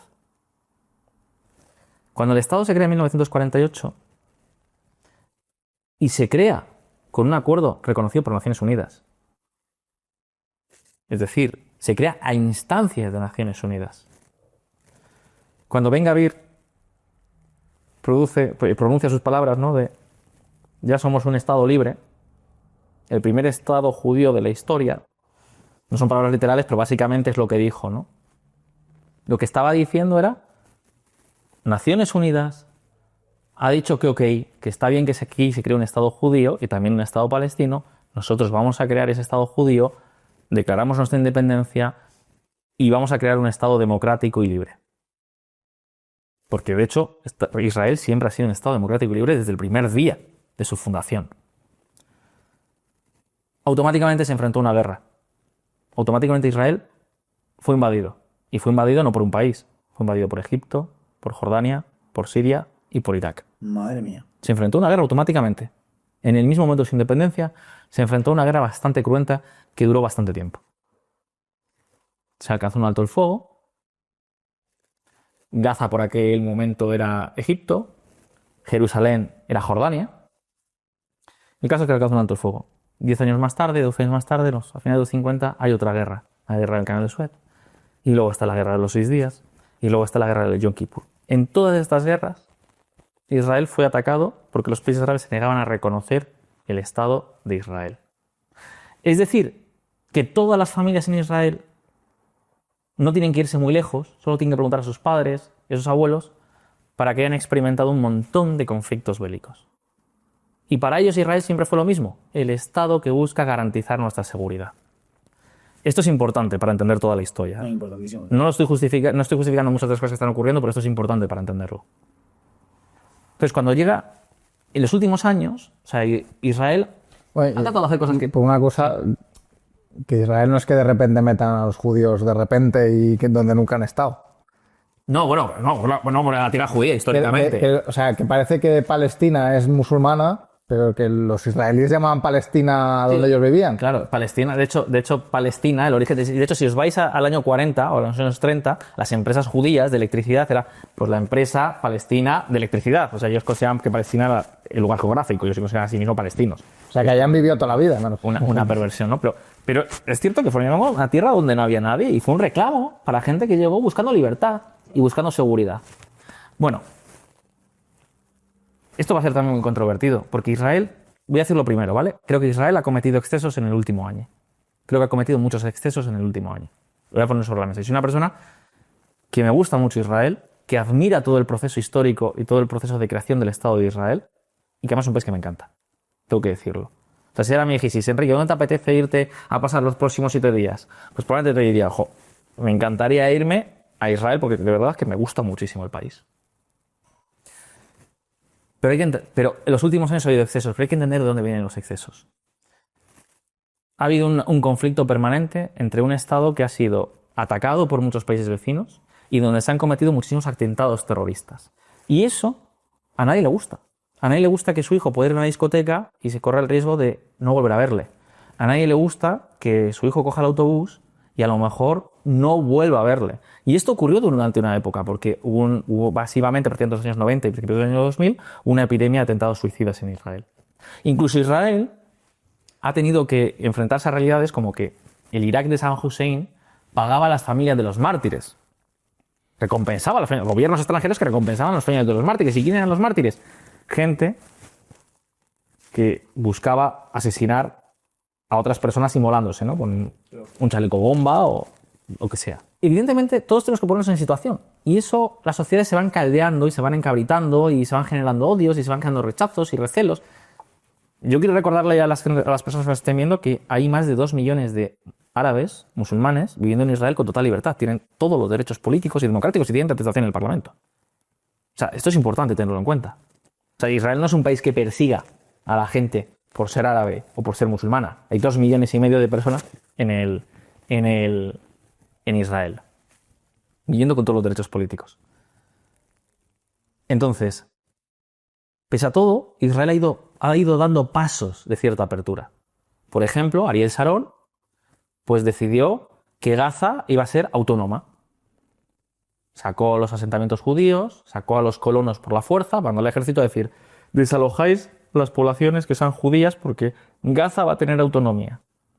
Perfecto, y se dio esa autonomía. ¿Y qué ocurrió en Gaza? Que de repente hubo un golpe de Estado, Hamás se hizo con el poder y creó prácticamente lo que es un Estado terrorista, que ha utilizado a su población y la tragedia de su población para un fin político, ni siquiera religioso, político. Y cuyo fin no es queremos ser independientes. No, su Cuyo fin es arrasar del Estado de Israel. O sea, no estamos en un yo quiero mi Gaza ya era independiente. Claro, o sea, era autónomo. O sea, era un estado de facto. Constitución, y de hecho, por ejemplo, en los últimos años lo que ha ocurrido es que Israel ha ido abriendo la mano. En Cisjordania, por ejemplo, muchos trabajadores ya iban a trabajar a Israel tranquilamente y volvían. Y si vais a Jerusalén, por ejemplo, pues vais a ver un flujo de palestinos enorme entrando y saliendo pues a Jerusalén para trabajar y os vais a relacionar con muchísima población palestina que está en Israel haciendo su vida. De repente, eso se está produciendo. De hecho, el plan que tenía Benjamin Netanyahu era la victoria económica. Es decir, generar lazos económicos cada vez más estrechos, primero con Cisjordania, porque Cisjordania estaba controlado por la Autoridad Nacional Palestina y no por Hamás, no por un grupo terrorista, sino por una autoridad, bueno, civil, que nos gustará más o menos, pero que no es democrática, pero bueno, cumple ciertas condiciones, no es un grupo terrorista que quiera alentar el lanzamiento de cohetes contra poblaciones civiles. Y eso empieza a funcionar, ¿no? O sea, van mejorando las cosas poco a poco. De hecho, hoy Cisjordania es más rica que muchos países árabes de la región. O sea, que no tiene unas condiciones de vida tan malas, hay cierta prosperidad. En una condición muy difícil, insisto, prácticamente de semiguerra. O sea, hay que entenderlo, ¿eh? Vale, en Gaza no ocurre nada de eso. Pero en los últimos años también empezó a haber, por primera vez, se empezó a entregar permisos para que los gazatíes fuesen a trabajar a Israel. Hubo algún intento, se permitió que entrara más alegremente la ayuda internacional, incluso había un plan para explotar unos pequeños yacimientos de gas que hay frente a las costas de Gaza y que ese dinero revertiese a las instituciones palestinas. Y de repente se produce el 7 de octubre. Y el 7 de octubre es un asalto absolutamente descontrolado, absolutamente carnicero y sanguinario contra la población civil de Israel. De hecho, había planes de Hamás de coger aviones y reventarlos en el centro de Israel como simulando el 11S. Y trenes. Por ejemplo, una de las cosas que querían hacer era colocar explosivos en los trenes y que cuando entraron en las ciudades israelíes se explotaran. Tenían planes trazados al respecto. Eso es lo que se han encontrado los israelíes cuando han ocupado Gaza, ¿no? Entonces, claro, yo os pregunto, porque aquí es muy fácil hablar desde la distancia. Imaginaos que vuestros padres y vuestros abuelos han combatido en numerosas guerras por defender el Estado en el que vivís, que es un Estado donde vivís con libertad, que es una excepción en Oriente Medio. Imaginaos que habéis sufrido atentados terroristas en vuestra proximidad, que habéis visto que un vecino no ha vuelto, que un hermano no ha vuelto, que un primo, que un amigo. Esto ha ocurrido. Imaginaos que habéis tenido un servicio militar duro, donde además habéis tenido operaciones de combate, que eso marca mella. Imaginaos que de repente lanzan cohetes sobre vuestros hogares, aunque no lleguen a explotar. Imaginaos que tenéis ese riesgo de, oye, ¿y si la cúpula de hierro no funciona? Oye, ¿y si las medidas de prevención no funcionan? Imaginaos que tenéis una amenaza por el mero hecho de profesar una religión o de ser de una etnia o de haber nacido donde hayas nacido. Y imaginaos que sois un país rico, con recursos y con un ejército fuerte.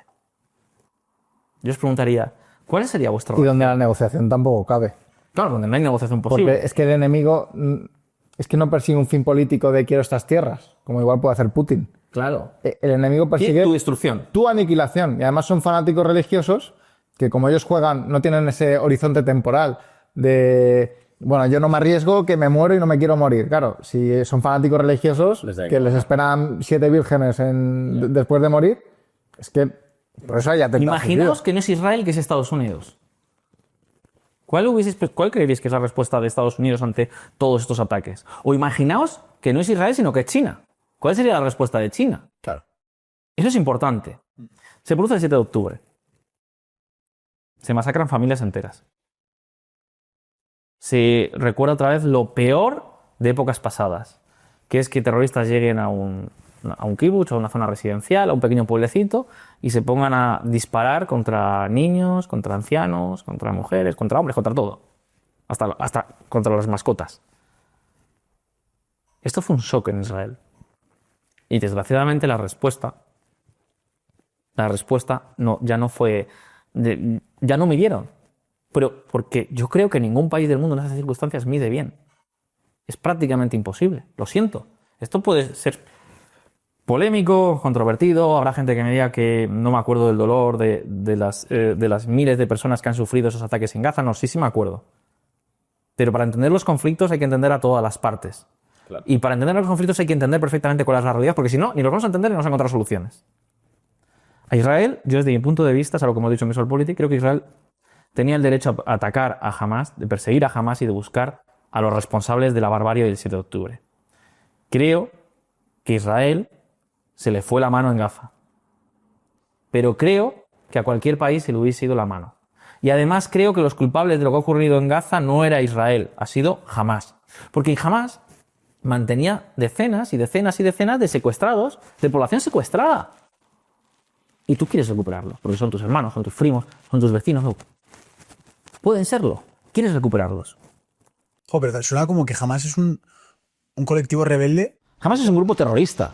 Claro, o sea, es como que no han tenido ni... O sea, como es una nación, Israel, un ejército y tal, pero jamás es como estos tíos que dicen, madre mía, no sé cómo les han podido dar armas para poder hacer semejante barbarie, ¿no? Hay muchas teorías al respecto. Se dan en otros países. Claro. Ellos reciben, al final, que es lo que dice ahora Israel, ¿no? Yo tengo que acabar el trabajo porque si no voy a tener otro 7 de octubre dentro de 2 años, de 3 años, de 4 años, 5 años. Hamas es un grupo terrorista. Es que esto no es opinable. Es que Hamas se dedicaba a poner coches bomba y que acaba a mandar gente a morir con una bomba atada a la espalda. Es que estos son los orígenes de Hamas. O sea, esto no es cuestionable. Hamas es un grupo terrorista. Y un grupo terrorista que se hizo con el poder dando un golpe de Estado. Cuando luego dio un golpe de Estado, la Autoridad Nacional Palestina prácticamente les persiguieron, ejecutaron a muchos, a los que no aceptaron el poder de Hamas, e implantó un régimen tiránico en Gaza.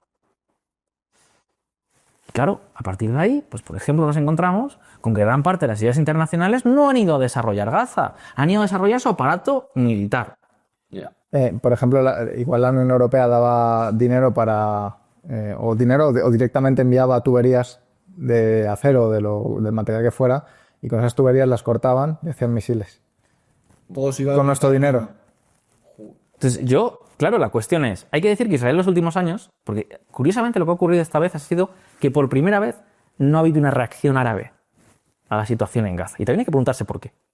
Es decir, históricamente nos encontrábamos con Egipto diciendo esto hay que pararlo, va a haber consecuencias, a Arabia Saudí, a Jordania, incluso, fíjate, un bloqueo del petróleo en el 73. No ha habido reacciones más. Emiratos Árabes Unidos no ha cortado relaciones con Israel. Después de los acuerdos de Abraham, en el año 2019 se establecieron relaciones y no las han interrumpido en ningún momento. Es más, las relaciones con Arabia Saudí han seguido mejorando. Las relaciones con Jordania y Egipto han seguido mejorando. Y hay que preguntarse por qué.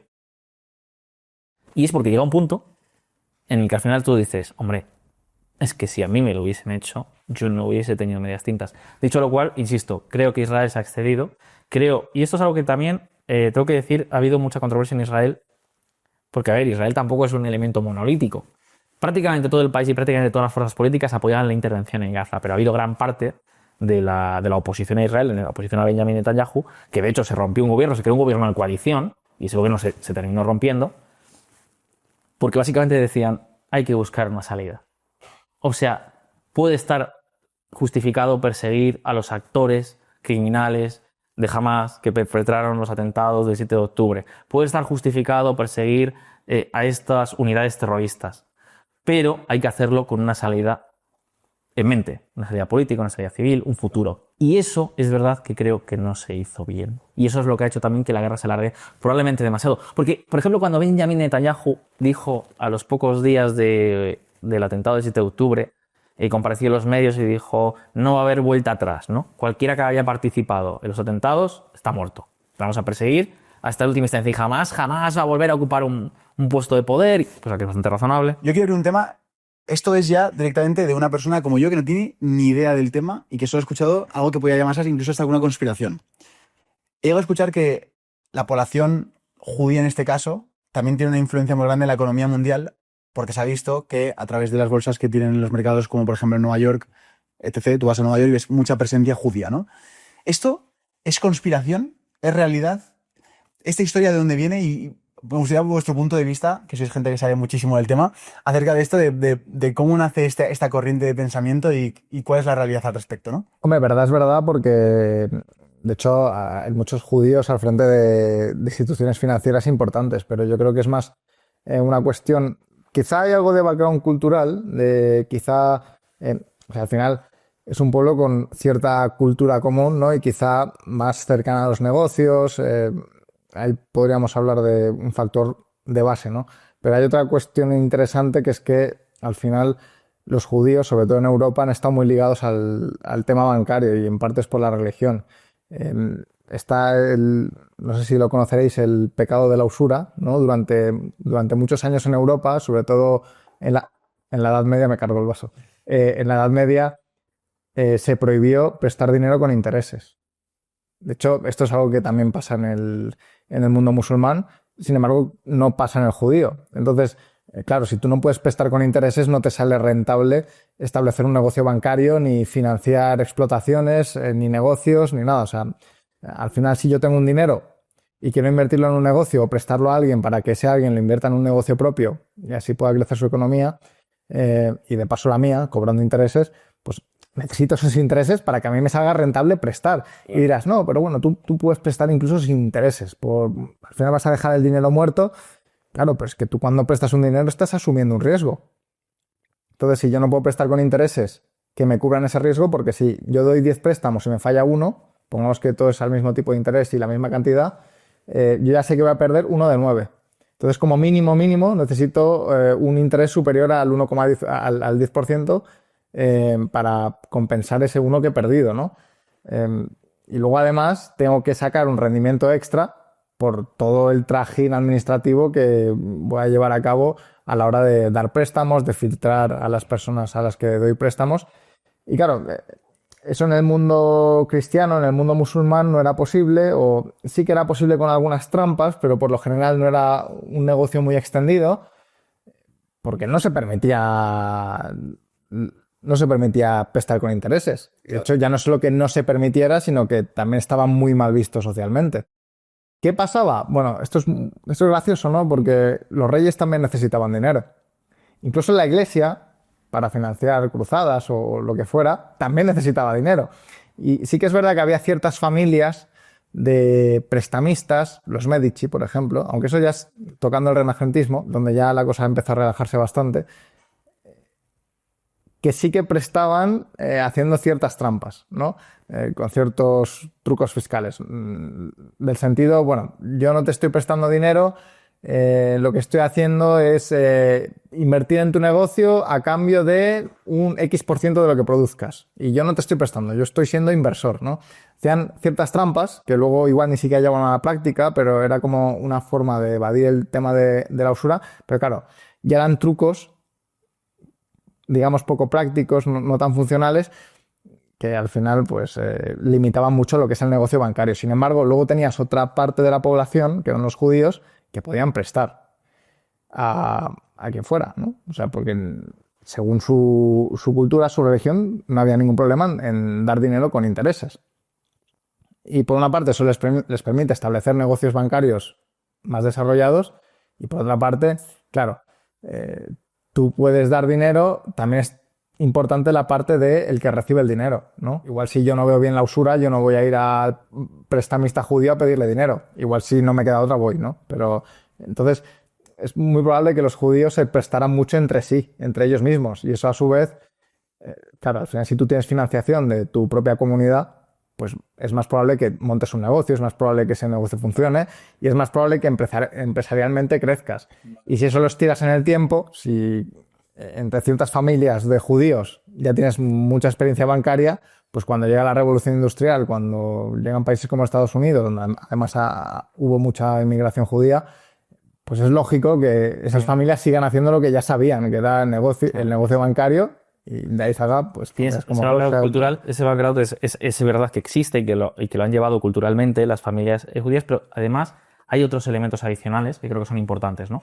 Que creo que son muy importantes a tener en cuenta de por qué se produce ese fenómeno, que no se trata de una conspiración, es que es un fenómeno natural. El primero es que los judíos tienen que saber leer. Es decir, para practicar su religión tienen que saber leer. Tienen que leer la Torá y tienen que leer los textos sagrados que se han ido desarrollando con el paso del tiempo. O sea, tienen que saber leer. Y eso es muy importante. Marca una diferencia muy enorme porque no era habitual, ni siquiera a principios del siglo XX, que la gente supiese leer, ¿no? Primer punto. Segundo punto. Es que los judíos, que además tienen ese background cultural que nos ha dicho Óscar, que nos ha comentado Óscar, que además sabían leer, muchas veces fueron expulsados de sus tierras. O sea, fueron expulsados de los países donde vivían y tuvieron que emigrar masivamente. En Estados Unidos hay una gran población judía porque emigraron masivamente desde Europa.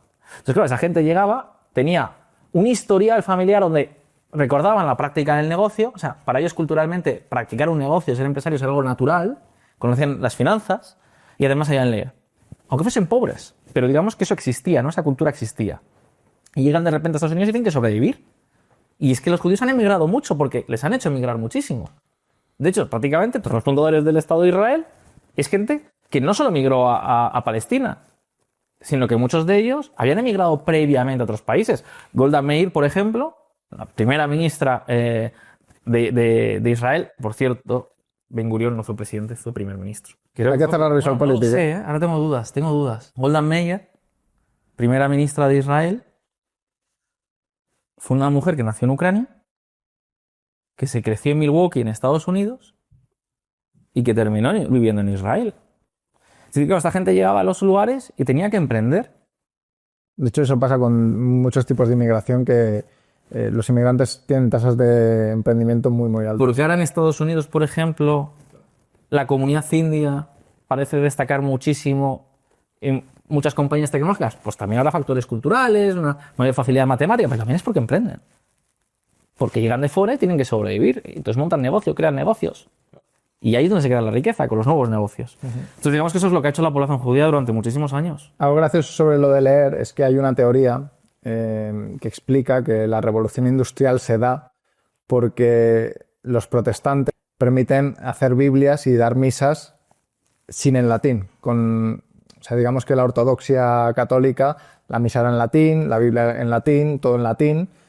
Sin embargo, los protestantes, esto es en teoría, porque luego hay contrateorías y bueno, te puedes tirar aquí un montón de tiempo pensando sobre el tema, ¿no?